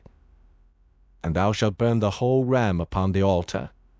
It is a burnt offering unto the Lord. It is a sweet savour, an offering made by fire unto the Lord. And thou shalt take the other ram, and Aaron and his sons shall put their hands upon the head of the ram. Then shalt thou kill the ram, and take of his blood, and put it upon the tip of the right ear of Aaron, and upon the tip of the right ear of his sons, and upon the thumb of their right hand, and upon the great toe of their right foot, and sprinkle the blood upon the altar round about. And thou shalt take of the blood that is upon the altar, and of the anointing oil, and sprinkle it upon Aaron, and upon his garments, and upon his sons, and upon the garments of his sons with him. And he shall be hallowed, and his garments, and his sons' garments with him. Also thou shalt take of the ram the fat and the rump, and the fat that covereth the inwards, and the caul above the liver, and the 2 kidneys, and the fat that is upon them, and the right shoulder, for it is a ram of consecration, and 1 loaf of bread, and 1 cake of oiled bread, and 1 wafer out of the basket of the unleavened bread that is before the Lord. And thou shalt put all in the hands of Aaron, and in the hands of his sons, and shalt wave them for a wave offering before the Lord. And thou shalt receive them of their hands, and burn them upon the altar for a burnt offering, for a sweet savour before the Lord. It is an offering made by fire unto the Lord. And thou shalt take the breast of the ram of Aaron's consecration, and wave it for a wave offering before the Lord, and it shall be thy part. And thou shalt sanctify the breast of the wave offering, and the shoulder of the heave offering, which is waved, and which is heaved up, of the ram of the consecration, even of that which is for Aaron, and of that which is for his sons. And it shall be Aaron's and his sons by a statute for ever from the children of Israel. For it is an heave offering, and it shall be an heave offering from the children of Israel of the sacrifice of their peace offerings, even their heave offering unto the Lord. And the holy garments of Aaron shall be his sons after him, to be anointed therein, and to be consecrated in them. And that son that is priest in his stead shall put them on 7 days, when he cometh into the tabernacle of the congregation to minister in the holy place. And thou shalt take the ram of the consecration, and seethe his flesh in the holy place. And Aaron and his sons shall eat the flesh of the ram, and the bread that is in the basket, by the door of the tabernacle of the congregation. And they shall eat those things wherewith the atonement was made, to consecrate and to sanctify them, but a stranger shall not eat thereof, because they are holy. And if aught of the flesh of the consecrations or of the bread remain unto the morning, then thou shalt burn the remainder with fire. It shall not be eaten, because it is holy. And thus shalt thou do unto Aaron and to his sons, according to all things which I have commanded thee. 7 days shalt thou consecrate them. And thou shalt offer every day a bullock for a sin offering for atonement. And thou shalt cleanse the altar when thou hast made an atonement for it, and thou shalt anoint it to sanctify it. 7 days thou shalt make an atonement for the altar, and sanctify it. And it shall be an altar most holy. Whatsoever toucheth the altar shall be holy. Now this is that which thou shalt offer upon the altar: 2 lambs of the first year, day by day continually. The one lamb thou shalt offer in the morning, the other lamb thou shalt offer at even. And with the one lamb 1/10 deal of flour mingled with the 4th part of an hin of beaten oil, and the 4th part of an hin of wine for a drink offering. And the other lamb thou shalt offer at even, and shalt do thereto according to the meat offering of the morning, and according to the drink offering thereof, for a sweet savour, an offering made by fire unto the Lord. This shall be a continual burnt offering throughout your generations at the door of the tabernacle of the congregation before the Lord, where I will meet you, to speak there unto thee. And there I will meet with the children of Israel, and the tabernacles shall be sanctified by my glory. And I will sanctify the tabernacle of the congregation and the altar. I will sanctify also both Aaron and his sons to minister to me in the priest's office. And I will dwell among the children of Israel, and will be their God. And they shall know that I am the Lord their God, that brought them forth out of the land of Egypt, that I may dwell among them. I am the Lord their God. Chapter 30. And thou shalt make an altar to burn incense upon. Of shittim wood shalt thou make it. 1 cubit shall be the length thereof, and 1 cubit the breadth thereof. 4 square shall it be, and 2 cubits shall be the height thereof. The horns thereof shall be of the same. And thou shalt overlay it with pure gold, the top thereof, and the sides thereof round about, and the horns thereof, and thou shalt make unto it a crown of gold round about. And 2 golden rings shalt thou make to it under the crown of it, by the 2 corners thereof. Upon the 2 sides of it shalt thou make it, and they shall be for places for the staves to bear it withal. And thou shalt make the staves of shittim wood, and overlay them with gold. And thou shalt put it before the veil that is by the ark of the testimony, before the mercy seat that is over the testimony, where I will meet with thee. And Aaron shall burn thereon sweet incense every morning. When he dresseth the lamps, he shall burn incense upon it. And when Aaron lighteth the lamps at even, he shall burn incense upon it, a perpetual incense before the Lord throughout your generations. Ye shall offer no strange incense thereon, nor burnt sacrifice, nor meat offering, neither shall ye pour drink offering thereon. And Aaron shall make an atonement upon the horns of it once in a year, with the blood of the sin offering of atonements. Once in the year shall he make atonement upon it throughout your generations. It is most holy unto the Lord. And the Lord spake unto Moses, saying, When thou takest the sum of the children of Israel after their number, then shall they give every man a ransom for his soul unto the Lord, when thou numberest them, that there be no plague among them, when thou numberest them. This they shall give, every one that passeth among them that are numbered, 1/2 shekel after the shekel of the sanctuary, A shekel is 20 gerahs, and half shekel shall be the offering of the Lord. Every one that passeth among them that are numbered from 20 years old and above shall give an offering unto the Lord. The rich shall not give more, and the poor shall not give less than half a shekel, when they give an offering unto the Lord, to make an atonement for your souls.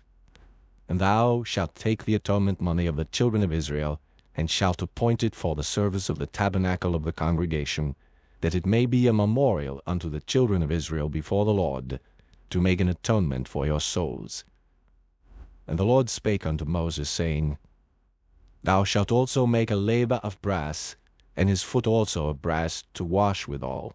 And thou shalt put it between the tabernacle of the congregation and the altar, and thou shalt put water therein. For Aaron and his sons shall wash their hands and their feet thereat. When they go into the tabernacle of the congregation, they shall wash with water, that they die not. Or when they come near to the altar to minister, to burn offering made by fire unto the Lord, so they shall wash their hands and their feet, that they die not. And it shall be a statute forever to them, even to him and to his seed throughout their generations. Moreover, the Lord spake unto Moses, saying, Take thou also unto thee principal spices, of pure myrrh 500 shekels, and of sweet cinnamon half so much, even 250 shekels, and of sweet calamus 250 shekels, and of cassia 500 shekels, after the shekel of the sanctuary, and of oil olive and hin. And thou shalt make it an oil of holy ointment, an ointment compound after the art of the apothecary. It shall be an holy anointing oil. And thou shalt anoint the tabernacle of the congregation therewith, and the ark of the testimony, and the table and all his vessels, and the candlestick and his vessels, and the altar of incense, and the altar of burnt offering with all his vessels, and the laver and his foot. And thou shalt sanctify them, that they may be most holy. Whatsoever toucheth them shall be holy. And thou shalt anoint Aaron and his sons, and consecrate them, that they may minister unto me in the priest's office. And thou shalt speak unto the children of Israel, saying, This shall be an holy anointing oil unto me throughout your generations. Upon man's flesh shall it not be poured, neither shall ye make any other like it, after the composition of it. It is holy, and it shall be holy unto you. Whosoever compoundeth any like it, or whosoever putteth any of it upon a stranger, shall even be cut off from his people. And the Lord said unto Moses, Take unto thee sweet spices, stacte, and onycha, and galbanum, these sweet spices with pure frankincense, of each shall there be a like weight. And thou shalt make it a perfume, a confection after the art of the apothecary, tempered together, pure and holy. And thou shalt beat some of it very small, and put of it before the testimony in the tabernacle of the congregation, where I will meet with thee. It shall be unto you most holy. And as for the perfume which thou shalt make, ye shall not make to yourselves according to the composition thereof. It shall be unto thee holy for the Lord. Whosoever shall make like unto that, to smell thereto, shall even be cut off from his people. Chapter 31. And the Lord spake unto Moses, saying, See, I have called by name Bezaleel, the son of Uri, the son of Hur, of the tribe of Judah. And I have filled him with the Spirit of God, in wisdom, and in understanding, and in knowledge, and in all manner of workmanship, to devise cunning works, to work in gold, and in silver, and in brass, and in cutting of stones, to set them, and in carving of timber, to work in all manner of workmanship. And I, behold, I have given with him Aholiab, the son of Ahisamach, of the tribe of Dan, and in the hearts of all that are wise-hearted I have put wisdom, that they may make all that I have commanded thee. The tabernacle of the congregation, and the ark of the testimony, and the mercy seat that is thereupon, and all the furniture of the tabernacle, and the table and his furniture, and the pure candlestick with all his furniture, and the altar of incense. and the altar of burnt offering with all his furniture, and the laver and his foot, and the cloths of service, and the holy garments for Aaron the priest, and the garments of his sons, to minister in the priest's office, and the anointing oil, and sweet incense for the holy place, according to all that I have commanded thee shall they do. And the Lord spake unto Moses, saying, Speak thou also unto the children of Israel, saying, Verily my Sabbaths ye shall keep, for it is a sign between me and you throughout your generations, that ye may know that I am the Lord that doth sanctify you. Ye shall keep the Sabbath therefore, for it is holy unto you. Every one that defileth it shall surely be put to death. For whosoever doeth any work therein, that soul shall be cut off from among his people. 6 days may work be done, but in the 7th is the Sabbath of rest, holy to the Lord. Whosoever doeth any work in the Sabbath day, he shall surely be put to death. Wherefore the children of Israel shall keep the Sabbath, to observe the Sabbath throughout their generations, for a perpetual covenant. It is a sign between me and the children of Israel forever. For in 6 days the Lord made heaven and earth, and on the 7th day he rested, and was refreshed. And he gave unto Moses, when he had made an end of communing with him upon Mount Sinai, 2 tables of testimony, tables of stone, written with the finger of God. Chapter 32. And when the people saw that Moses delayed to come down out of the mount, the people gathered themselves together unto Aaron, and said unto him, Up, make us gods, which shall go before us. For as for this Moses, the man that brought us up out of the land of Egypt, we wot not what is become of him. And Aaron said unto them, Break off the golden earrings, which are in the ears of your wives, of your sons, and of your daughters, and bring them unto me. And all the people brake off the golden earrings which were in their ears, and brought them unto Aaron. And he received them at their hand, and fashioned it with a graving tool, after he had made it a molten calf. And they said, These be thy gods, O Israel, which brought thee up out of the land of Egypt. And when Aaron saw it, he built an altar before it. And Aaron made proclamation and said, Tomorrow is a feast to the Lord. And they rose up early on the morrow, and offered burnt offerings, and brought peace offerings. And the people sat down to eat and to drink, and rose up to play. And the Lord said unto Moses, Go, get thee down, for thy people, which thou broughtest out of the land of Egypt, have corrupted themselves. They have turned aside quickly out of the way which I commanded them. They have made them a molten calf, and have worshipped it, and have sacrificed thereunto, and said, These be thy gods, O Israel, which have brought thee up out of the land of Egypt. And the Lord said unto Moses, I have seen this people, and behold, it is a stiff-necked people. Now therefore let me alone, that my wrath may wax hot against them, and that I may consume them, and I will make of thee a great nation. And Moses besought the Lord his God, and said, Lord, why doth thy wrath wax hot against thy people, which thou hast brought forth out of the land of Egypt with great power, and with a mighty hand? Wherefore should the Egyptians speak and say, For mischief did he bring them out, to slay them in the mountains, and to consume them from the face of the earth? Turn from thy fierce wrath, and repent of this evil against thy people. Remember Abraham, Isaac, and Israel thy servants, to whom thou swarest by thine own self, and saidst unto them, I will multiply your seed as the stars of heaven, and all this land that I have spoken of will I give unto your seed, and they shall inherit it forever. And the Lord repented of the evil which he thought to do unto his people. And Moses turned, and went down from the mount, and the 2 tables of the testimony were in his hand.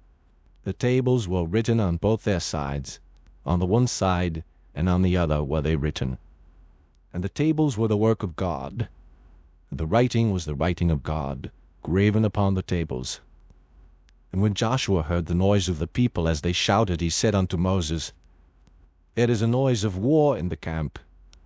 And he said, It is not the voice of them that shout for mastery, neither is it the voice of them that cry for being overcome, but the noise of them that sing do I hear. And it came to pass, as soon as he came nigh unto the camp, that he saw the calf and the dancing, and Moses' anger waxed hot, and he cast the tables out of his hands, and brake them beneath the mount. And he took the calf which they had made, and burnt it in the fire, and ground it to powder, and strewed it upon the water, and made the children of Israel drink of it. And Moses said unto Aaron, What did this people unto thee, that thou hast brought so great a sin upon them? And Aaron said, Let not the anger of my Lord wax hot.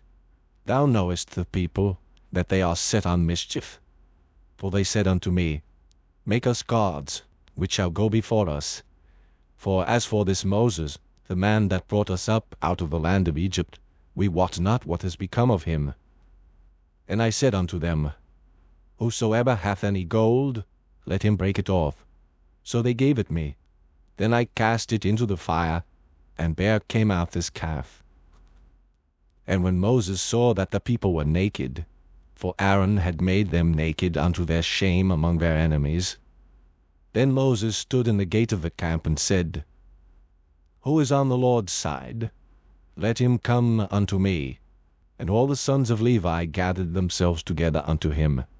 And he said unto them, Thus said the Lord God of Israel, Put every man his sword by his side, and go in and out from gate to gate throughout the camp, and slay every man his brother, and every man his companion, and every man his neighbor. And the children of Levi did according to the word of Moses, and there fell of the people that day about 3,000 men.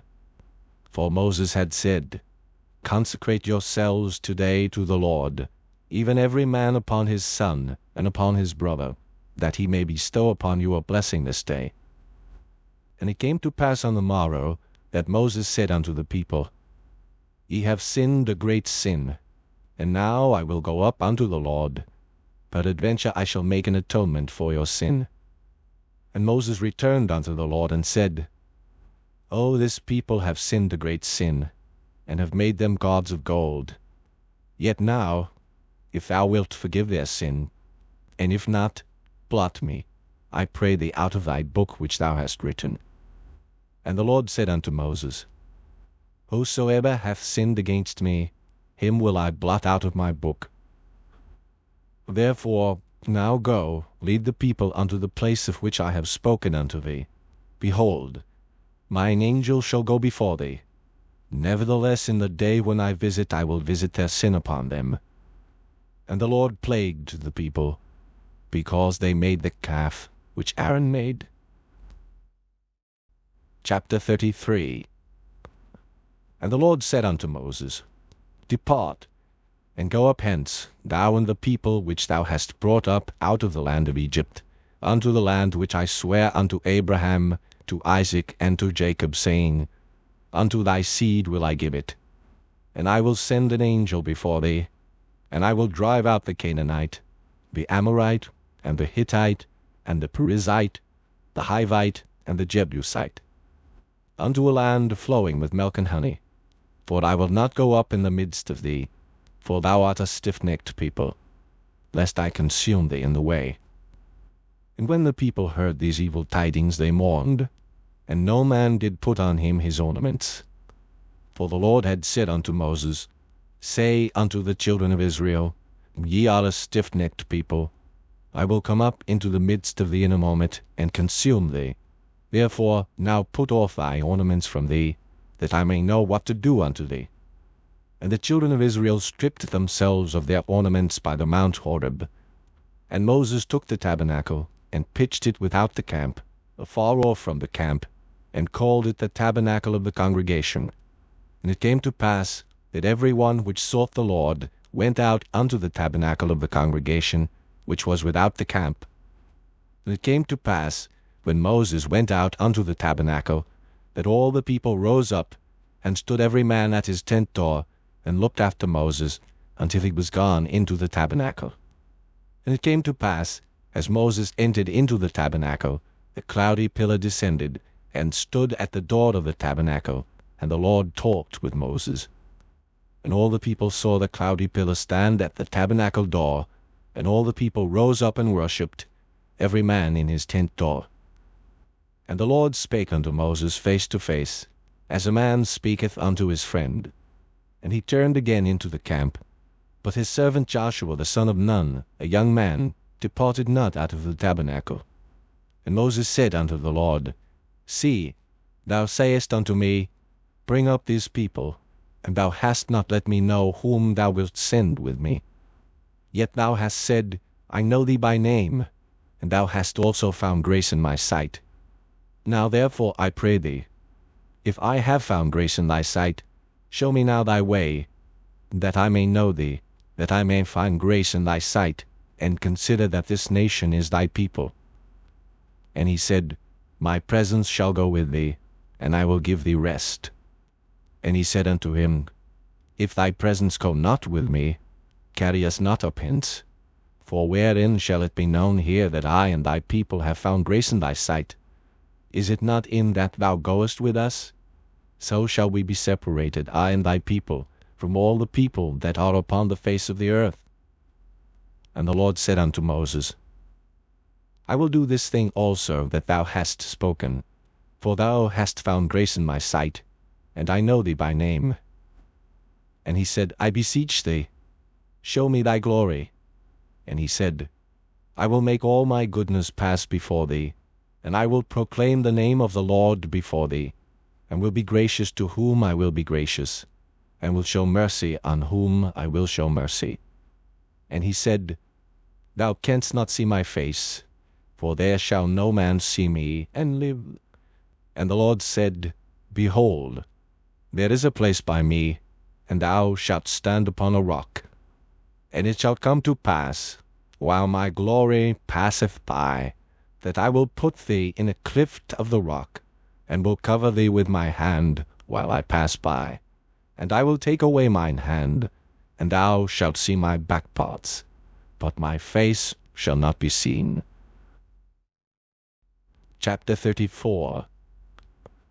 And the Lord said unto Moses, Hew thee 2 tables of stone like unto the first, and I will write upon these tables the words that were in the first tables, which thou breakest. And be ready in the morning, and come up in the morning unto Mount Sinai, and present thyself there to me in the top of the mount. And no man shall come up with thee, neither let any man be seen throughout all the mount, neither let the flocks nor herds feed before that mount. And he hewed 2 tables of stone like unto the first. And Moses rose up early in the morning, and went up unto Mount Sinai, as the Lord had commanded him, and took in his hand the 2 tables of stone. And the Lord descended in the cloud, and stood with him there, and proclaimed the name of the Lord. And the Lord passed by before him, and proclaimed, The Lord God, merciful and gracious, long-suffering, and abundant in goodness and truth, keeping mercy for thousands, forgiving iniquity and transgression and sin, and that will by no means clear the guilty, visiting the iniquity of the fathers upon the children, and upon the children's children, unto the 3rd and to the 4th generation. And Moses made haste, and bowed his head toward the earth, and worshipped. And he said, If now I have found grace in thy sight, O Lord, let my Lord, I pray thee, go among us, for it is a stiff-necked people, and pardon our iniquity and our sin, and take us for thine inheritance. And he said, Behold, I make a covenant. Before all thy people I will do marvels, such as have not been done in all the earth, nor in any nation, and all the people among which thou art shall see the work of the Lord, for it is a terrible thing that I will do with thee. Observe thou that which I command thee this day. Behold, I drive out before thee the Amorite, and the Canaanite, and the Hittite, and the Perizzite, and the Hivite, and the Jebusite. Take heed to thyself, lest thou make a covenant with the inhabitants of the land whither thou goest, lest it be for a snare in the midst of thee. But ye shall destroy their altars, break their images, and cut down their groves. For thou shalt worship no other God, for the Lord, whose name is jealous, is a jealous God. Lest thou make a covenant with the inhabitants of the land, and they go a-whoring after their gods, and do sacrifice unto their gods, and one call thee, and thou eat of his sacrifice, and thou take of their daughters unto thy sons, and their daughters go a-whoring after their gods, and make thy sons go a-whoring after their gods. Thou shalt make thee no molten gods. The feast of unleavened bread shalt thou keep. 7 days thou shalt eat unleavened bread, as I commanded thee, in the time of the month Abib. For in the month Abib thou camest out from Egypt. All that openeth the matrix is mine, and every firstling among thy cattle, whether ox or sheep, that is male. But the firstling of an ass thou shalt redeem with a lamb, and if thou redeem him not, then shalt thou break his neck. All the firstborn of thy sons thou shalt redeem, and none shall appear before me empty. 6 days thou shalt work, but on the 7th day thou shalt rest. In earing time and in harvest thou shalt rest. And thou shalt observe the feast of weeks, of the first fruits of wheat harvest, and the feast of ingathering at the year's end. Thrice in the year shall all your men children appear before the Lord God, the God of Israel. For I will cast out the nations before thee, and enlarge thy borders, neither shall any man desire thy land, when thou shalt go up to appear before the Lord thy God thrice in the year. Thou shalt not offer the blood of my sacrifice with leaven, neither shall the sacrifice of the feast of the Passover be left unto the morning. The first of the first fruits of thy land thou shalt bring unto the house of the Lord thy God. Thou shalt not see the kid in his mother's milk. And the Lord said unto Moses, Write thou these words, for after the tenor of these words I have made a covenant with thee and with Israel. And he was there with the Lord 40 days and 40 nights. He did neither eat bread nor drink water. And he wrote upon the tables the words of the covenant, the 10 commandments. And it came to pass, when Moses came down from Mount Sinai with the 2 tables of testimony in Moses' hand, when he came down from the mount, that Moses wist not that the skin of his face shone while he talked with him. And when Aaron and all the children of Israel saw Moses, behold, the skin of his face shone, and they were afraid to come nigh him. And Moses called unto them, and Aaron and all the rulers of the congregation returned unto him, and Moses talked with them. And afterward all the children of Israel came nigh, and he gave them in commandment all that the Lord had spoken with him in Mount Sinai. And till Moses had done speaking with them, he put a veil on his face. But when Moses went in before the Lord to speak with him, he took the veil off until he came out.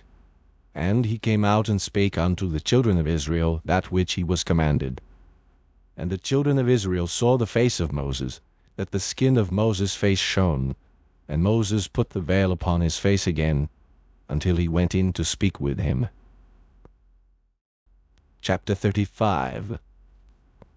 And Moses gathered all the congregation of the children of Israel together, and said unto them, These are the words which the Lord hath commanded, that ye should do them. 6 days shall work be done, but on the 7th day there shall be to you an holy day, a Sabbath of rest to the Lord. Whosoever doeth work therein shall be put to death. Ye shall kindle no fire throughout your habitations upon the Sabbath day. And Moses spake unto all the congregation of the children of Israel, saying, This is the thing which the Lord commanded, saying, Take ye from among you an offering unto the Lord. Whosoever is of a willing heart, let him bring it, an offering of the Lord, gold and silver and brass, and blue and purple and scarlet and fine linen, and goat's hair, and ram's skins dyed red, and badger's skins, and shittim wood, and oil for the light, and spices for anointing oil, and for the sweet incense, and onyx stones, and stones to be set for the ephod, and for the breastplate.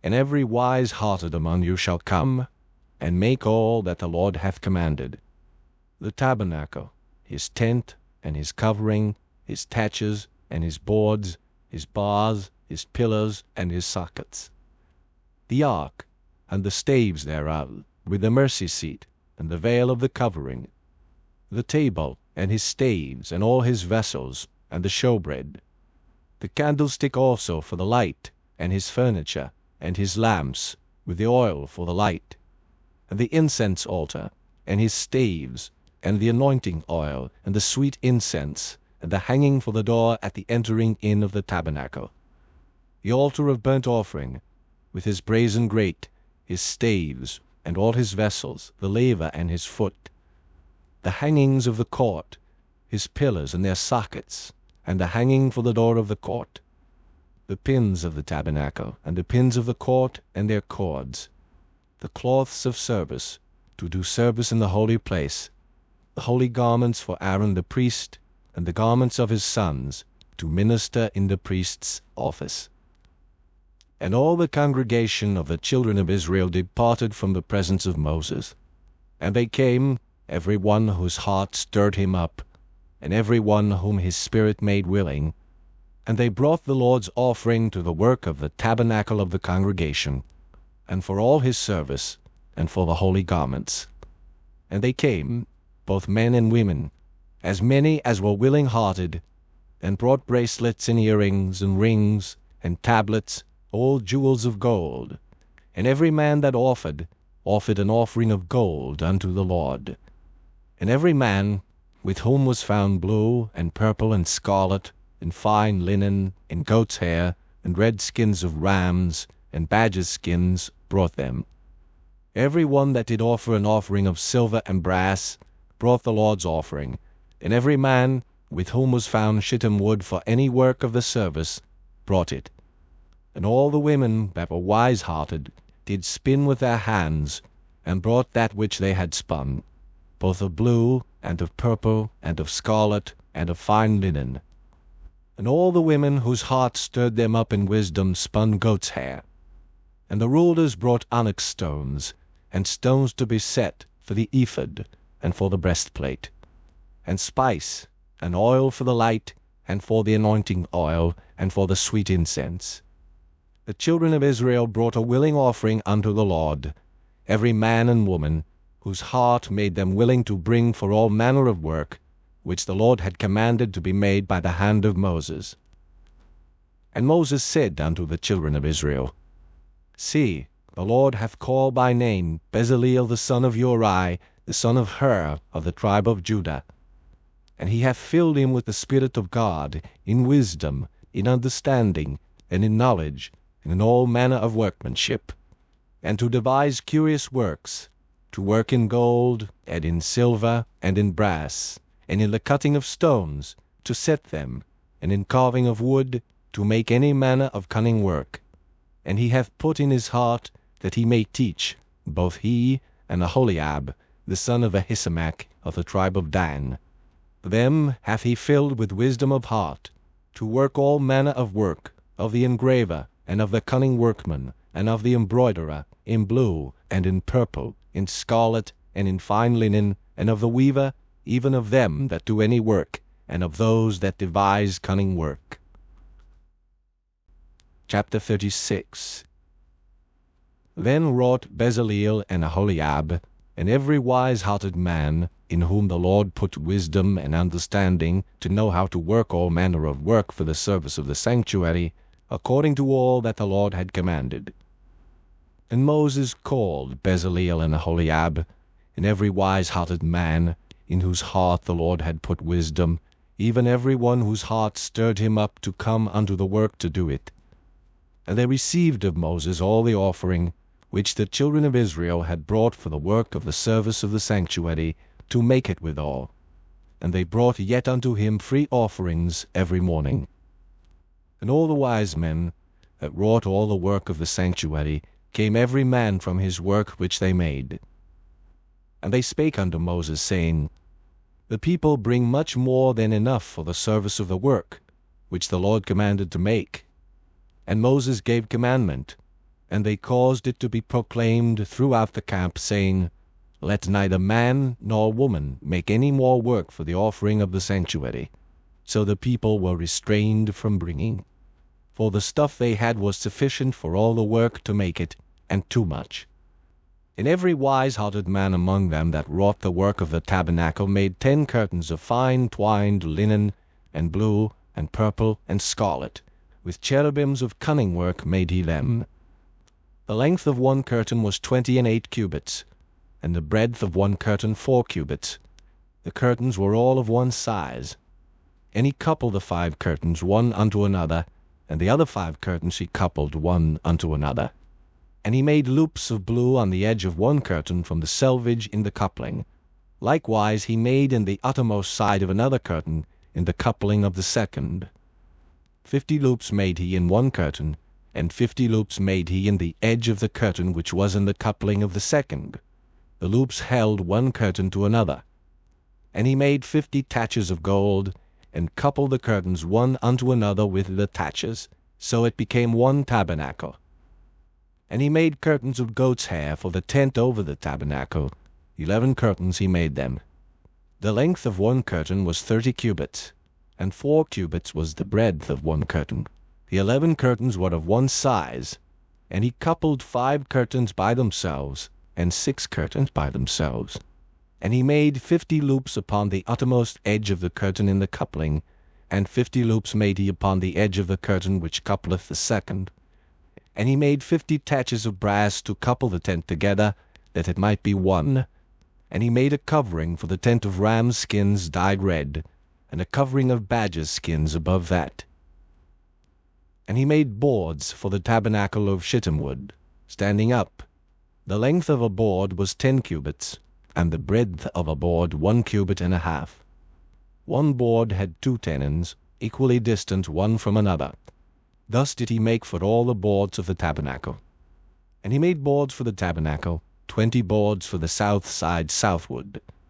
And 40 sockets of silver he made under the 20 boards, 2 sockets under one board for his 2 tenons, and 2 sockets under another board for his 2 tenons.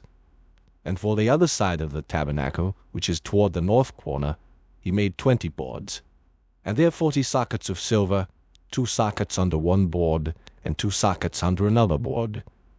And for the sides of the tabernacle westward he made 6 boards. And 2 boards made he for the corners of the tabernacle in the 2 sides. And they were coupled beneath, and coupled together at the head thereof, to one ring. Thus he did to both of them in both the corners. And there were 8 boards, and their sockets were 16 sockets of silver, under every board 2 sockets. And he made bars of shittim wood, 5 for the boards of the one side of the tabernacle, and 5 bars for the boards of the other side of the tabernacle, and 5 bars for the boards of the tabernacle for the sides westward. And he made the middle bar to shoot through the boards from the one end to the other. And he overlaid the boards with gold, and made their rings of gold to be places for the bars, and overlaid the bars with gold. And he made a veil of blue, and purple, and scarlet, and fine twined linen, with cherubims made he it of cunning work. And he made thereunto 4 pillars of shittim wood, and overlaid them with gold. Their hooks were of gold, and he cast for them 4 sockets of silver. And he made an hanging for the tabernacle door of blue, and purple, and scarlet, and fine twined linen of needlework. And the 5 pillars of it with their hooks, and he overlaid their chapiters and their fillets with gold, but their 5 sockets were of brass. Chapter 37. And Bezaleel made the ark of shittim wood. 2 cubits and a half was the length of it, and 1 cubit and a half the breadth of it, and 1 cubit and a half the height of it. And he overlaid it with pure gold within and without, and made a crown of gold to it round about. And he cast for it 4 rings of gold, to be set by the 4 corners of it, even 2 rings upon the one side of it, and 2 rings upon the other side of it. And he made staves of shittim wood, and overlaid them with gold. And he put the staves into the rings by the sides of the ark, to bear the ark. And he made the mercy seat of pure gold. 2 cubits and a half was the length thereof, and 1 cubit and a half the breadth thereof. And he made 2 cherubims of gold. Beaten out of 1 piece made he them, on the 2 ends of the mercy seat. 1 cherub on the end on this side, and another cherub on the other end on that side. Out of the mercy seat made he the cherubims on the 2 ends thereof. And the cherubims spread out their wings on high, and covered with their wings over the mercy seat, with their faces one to another, even to the mercy seatward were the faces of the cherubims. And he made the table of shittim wood. 2 cubits was the length thereof, and a cubit the breadth thereof, and a cubit and a half the height thereof. And he overlaid it with pure gold, and made thereunto a crown of gold round about. Also he made thereunto a border of an handbreadth round about, and made a crown of gold for the border thereof round about. And he cast for it 4 rings of gold, and put the rings upon the 4 corners that were in the 4 feet thereof. Over against the border were the rings, the places for the staves to bear the table. And he made the staves of shittim wood, and overlaid them with gold, to bear the table. And he made the vessels which were upon the table, his dishes, and his spoons, and his bowls, and his covers to cover withal, of pure gold. And he made the candlestick of pure gold. Of beaten work made he the candlestick, his shaft, and his branch, his bowls, his knops, and his flowers were of the same. And 6 branches going out of the sides thereof, 3 branches of the candlestick out of the one side thereof, and 3 branches of the candlestick out of the other side thereof. 3 bowls made after the fashion of almonds in one branch, a knop and a flower, and 3 bowls made like almonds in another branch, a knop and a flower, so throughout the 6 branches going out of the candlestick. And in the candlestick were 4 bowls made like almonds, his knops and his flowers, and a knop under 2 branches of the same, and a knop under 2 branches of the same, and a knop under 2 branches of the same, according to the 6 branches going out of it. Their knops and their branches were of the same. All of it was one beaten work of pure gold. And he made his 7 lamps, and his snuffers, and his snuff dishes of pure gold. Of a talent of pure gold made he it, and all the vessels thereof. And he made the incense altar of shittim wood. The length of it was a cubit, and the breadth of it a cubit. It was 4 square, and 2 cubits was the height of it. The horns thereof were of the same. And he overlaid it with pure gold, both the top of it, and the sides thereof round about, and the horns of it. Also he made unto it a crown of gold round about. And he made 2 rings of gold for it under the crown thereof, by the 2 corners of it, upon the 2 sides thereof, to be places for the staves to bear it withal. And he made the staves of shittim wood, and overlaid them with gold. And he made the holy anointing oil, and the pure incense of sweet spices, according to the work of the apothecary. Chapter 38. And he made the altar of burnt offering of shittim wood. 5 cubits was the length thereof, and 5 cubits the breadth thereof. It was 4 square, and 3 cubits the height thereof. And he made the horns thereof on the 4 corners of it. The horns thereof were of the same, and he overlaid it with brass. And he made all the vessels of the altar, the pots and the shovels, and the basins, and the flesh hooks, and the firepans. All the vessels thereof made he of brass. And he made for the altar a brazen grate of network under the compass thereof beneath unto the midst of it. And he cast 4 rings for the 4 ends of the grate of brass, to be places for the staves. And he made the staves of shittim wood, and overlaid them with brass. And he put the staves into the rings on the sides of the altar, to bear it withal. He made the altar hollow with boards. And he made the laver of brass, and the foot of it of brass, of the looking glasses of the women assembling, which assembled at the door of the tabernacle of the congregation. And he made the court. On the south side, southward, the hangings of the court were of fine twined linen, 100 cubits. Their pillars were 20, and their brazen sockets 20. The hooks of the pillars and their fillets were of silver. And for the north side the hangings were 100 cubits. Their pillars were 20, and their sockets of brass 20. The hooks of the pillars and their fillets of silver. And for the west side were hangings of 50 cubits. Their pillars 10, and their sockets 10. The hooks of the pillars and their fillets of silver. And for the east side eastward 50 cubits. The hangings of the one side of the gate were 15 cubits. Their pillars 3, and their sockets 3. And for the other side of the court gate, on this hand and that hand, were hangings of 15 cubits. Their pillars 3, and their sockets 3. All the hangings of the court round about were of fine twined linen, and the sockets for the pillars were of brass. The hooks of the pillars and their fillets of silver, and the overlaying of their chapiters of silver, and all the pillars of the court were filleted with silver. And the hanging for the gate of the court was needlework, of blue and purple and scarlet and fine twined linen, and 20 cubits was the length, and the height in the breadth was 5 cubits, answerable to the hangings of the court. And their pillars were 4, and their sockets of brass 4, their hooks of silver, and the overlaying of their chapiters and their fillets of silver. And all the pins of the tabernacle, and of the court round about, were of brass. This is the sum of the tabernacle, even of the tabernacle of testimony, as it was counted, according to the commandment of Moses, for the service of the Levites, by the hand of Ithamar, son to Aaron the priest. And Bezaleel the son of Uri, the son of Hur, of the tribe of Judah, made all that the Lord commanded Moses. And with him was Aholiab, son of Ahisamach, of the tribe of Dan, an engraver, and a cunning workman, and an embroiderer in blue, and in purple, and in scarlet, and fine linen. All the gold that was occupied for the work and all the work of the holy place, even the gold of the offering, was 29 talents, and 730 shekels, after the shekel of the sanctuary.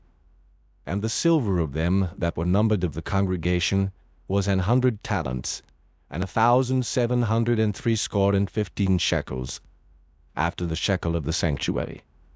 A bekah for every man, that is, half a shekel, after the shekel of the sanctuary, for every one that went to be numbered, from 20 years old and upward, for 600,000 and 3,550 men. And of the 100 talents of silver were cast the sockets of the sanctuary, and the sockets of the veil, and 100 sockets of the 100 talents, a talent for a socket. And of the 1,775 shekels, he made hooks for the pillars, and overlaid their chapiters, and filleted them. And the brass of the offering was 70 talents, and 2,400 shekels. And therewith he made the sockets to the door of the tabernacle of the congregation, and the brazen altar, and the brazen grate for it, and all the vessels of the altar, and the sockets of the court round about, and the sockets of the court gate, and all the pins of the tabernacle, and all the pins of the court round about. Chapter 39. And of the blue, and purple, and scarlet, they made cloths of service, to do service in the holy place, and made the holy garments for Aaron, as the Lord commanded Moses. And he made the ephod of gold, blue, and purple, and scarlet, and fine twined linen. And they did beat the gold into thin plates, and cut it into wires, to work it in the blue, and in the purple, and in the scarlet, and in the fine linen, with cunning work. They made shoulder pieces for it, to couple it together. By the 2 edges was it coupled together. And the curious girdle of his ephod that was upon it was of the same, according to the work thereof, of gold, blue and purple, and scarlet and fine twined linen, as the Lord commanded Moses. And they wrought onyx stones enclosed in ouches of gold, graven, as signets are graven, with the names of the children of Israel. And he put them on the shoulders of the ephod, that they should be stones for a memorial to the children of Israel, as the Lord commanded Moses. And he made the breastplate of cunning work, like the work of the ephod, of gold, blue and purple, and scarlet, and fine twined linen. It was foursquare. They made the breastplate double. A span was the length thereof, and a span the breadth thereof, being doubled. And they set in it 4 rows of stones. The first row was a sardius, a topaz, and a carbuncle. This was the first row. And the second row, an emerald, a sapphire, and a diamond. And the third row, a ligure, an agate, and an amethyst. And the fourth row, a beryl, an onyx, and a jasper. They were enclosed in ouches of gold in their enclosings. And the stones were according to the names of the children of Israel, 12, according to their names, like the engravings of a signet, every one with his name, according to the 12 tribes. And they made upon the breastplate chains at the ends, of wreathen work of pure gold. And they made 2 ouches of gold, and 2 gold rings, and put the 2 rings in the 2 ends of the breastplate. And they put the 2 wreathen chains of gold in the 2 rings on the ends of the breastplate. And the 2 ends of the 2 wreathen chains they fastened in the 2 ouches, and put them on the shoulder pieces of the ephod before it. And they made 2 rings of gold, and put them on the 2 ends of the breastplate, upon the border of it, which was on the side of the ephod inward. And they made 2 other golden rings, and put them on the 2 sides of the ephod underneath, toward the forepart of it, over against the other coupling thereof, above the curious girdle of the ephod. And they did bind the breastplate by his rings unto the rings of the ephod with a lace of blue, that it might be above the curious girdle of the ephod, and that the breastplate might not be loosed from the ephod, as the Lord commanded Moses. And he made the robe of the ephod of woven work, all of blue. And there was an hole in the midst of the robe, as the hole of an habergeon, with a band round about the hole, that it should not rend. And they made upon the hems of the robe pomegranates of blue and purple and scarlet and twined linen. And they made bells of pure gold, and put the bells between the pomegranates upon the hem of the robe, round about between the pomegranates. A bell and a pomegranate, a bell and a pomegranate, round about the hem of the robe to minister in, as the Lord commanded Moses. And they made coats of fine linen of woven work for Aaron, and for his sons, and a mitre of fine linen, and goodly bonnets of fine linen, and linen breeches of fine twined linen, and a girdle of fine twined linen, and blue, and purple, and scarlet of needlework, as the Lord commanded Moses. And they made the plate of the holy crown of pure gold, and wrote upon it a writing, like to the engravings of a signet, Holiness to the Lord. And they tied unto it a lace of blue, to fasten it on high upon the mitre, as the Lord commanded Moses. Thus was all the work of the tabernacle of the tent of the congregation finished. And the children of Israel did according to all that the Lord commanded Moses, so did they. And they brought the tabernacle unto Moses, the tent, and all his furniture, his taches, his boards, his bars, and his pillars, and his sockets. And the covering of ram skins dyed red, and the covering of badger skins, and the veil of the covering, the ark of the testimony, and the staves thereof, and the mercy seat, the table, and all the vessels thereof, and the showbread, the pure candlestick, with the lamps thereof, even with the lamps to be set in order, and all the vessels thereof, and the oil for light, and the golden altar, and the anointing oil, and the sweet incense, and the hanging for the tabernacle door, the brazen altar, and his grate of brass, his staves, and all his vessels, the laver, and his foot, the hangings of the court, his pillars, and his sockets, and the hanging for the court gate, his cords, and his pins, and all the vessels of the service of the tabernacle, for the tent of the congregation, the cloths of service to do service in the holy place, and the holy garments for Aaron the priest, and his sons' garments, to minister in the priest's office, according to all that the Lord commanded Moses. So the children of Israel made all the work. And Moses did look upon all the work, and behold, They had done it as the Lord had commanded. Even so had they done it, and Moses blessed them. Chapter 40. And the Lord spake unto Moses, saying, On the 1st day of the 1st month shalt thou set up the tabernacle of the tent of the congregation. And thou shalt put therein the ark of the testimony, and cover the ark with the veil. And thou shalt bring in the table, and set in order the things that ought to be set in order upon it. And thou shalt bring in the candlestick, and light the lamps thereof. And thou shalt set the altar of gold for the incense before the ark of the testimony, and put the hanging of the door to the tabernacle. And thou shalt set the altar of the burnt offering before the door of the tabernacle of the tent of the congregation. And thou shalt set the laver between the tent of the congregation and the altar, and shalt put water therein. And thou shalt set up the court round about, and hang up the hanging at the court gate. And thou shalt take the anointing oil, and anoint the tabernacle, and all that is therein, and shalt hallow it, and all the vessels thereof, and it shall be holy. And thou shalt anoint the altar of the burnt offering, and all his vessels, and sanctify the altar, and it shall be an altar most holy. And thou shalt anoint the laver and his foot, and sanctify it. And thou shalt bring Aaron and his sons unto the door of the tabernacle of the congregation, and wash them with water.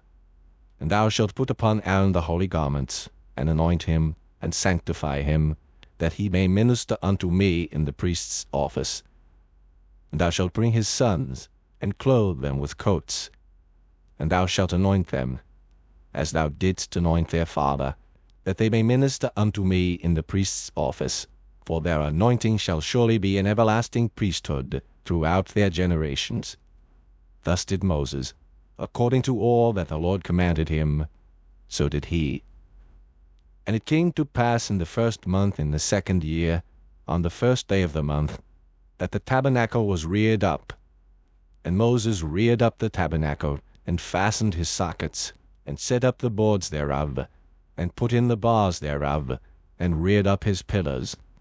And he spread abroad the tent over the tabernacle, and put the covering of the tent above it, as the Lord commanded Moses. And he took and put the testimony into the ark, and set the staves on the ark, and put the mercy seat above upon the ark. And he brought the ark into the tabernacle, and set up the veil of the covering, and covered the ark of the testimony, as the Lord commanded Moses. And he put the table in the tent of the congregation, upon the side of the tabernacle northward, without the veil. And he set the bread in order upon it before the Lord, as the Lord had commanded Moses. And he put the candlestick in the tent of the congregation, over against the table, on the side of the tabernacle southward. And he lighted the lamps before the Lord, as the Lord commanded Moses. And he put the golden altar in the tent of the congregation before the veil. And he burnt sweet incense thereon, as the Lord commanded Moses. And he set up the hanging at the door of the tabernacle. And he put the altar of burnt offering by the door of the tabernacle of the tent of the congregation, and offered upon it the burnt offering and the meat offering, as the Lord commanded Moses. And he set the laver between the tent of the congregation and the altar, and put water there, to wash withal. And Moses and Aaron and his sons washed their hands and their feet thereat. When they went into the tent of the congregation, and when they came near unto the altar, they washed, as the Lord commanded Moses. And he reared up the court round about the tabernacle and the altar, and set up the hanging of the court gate. So Moses finished the work. Then a cloud covered the tent of the congregation, and the glory of the Lord filled the tabernacle. And Moses was not able to enter into the tent of the congregation, because the cloud abode thereon, and the glory of the Lord filled the tabernacle. And when the cloud was taken up from over the tabernacle, the children of Israel went onward in all their journeys. But if the cloud were not taken up, then they journeyed not till the day that it was taken up. For the cloud of the Lord was upon the tabernacle by day, and fire was on it by night, in the sight of all the house of Israel, throughout all their journeys.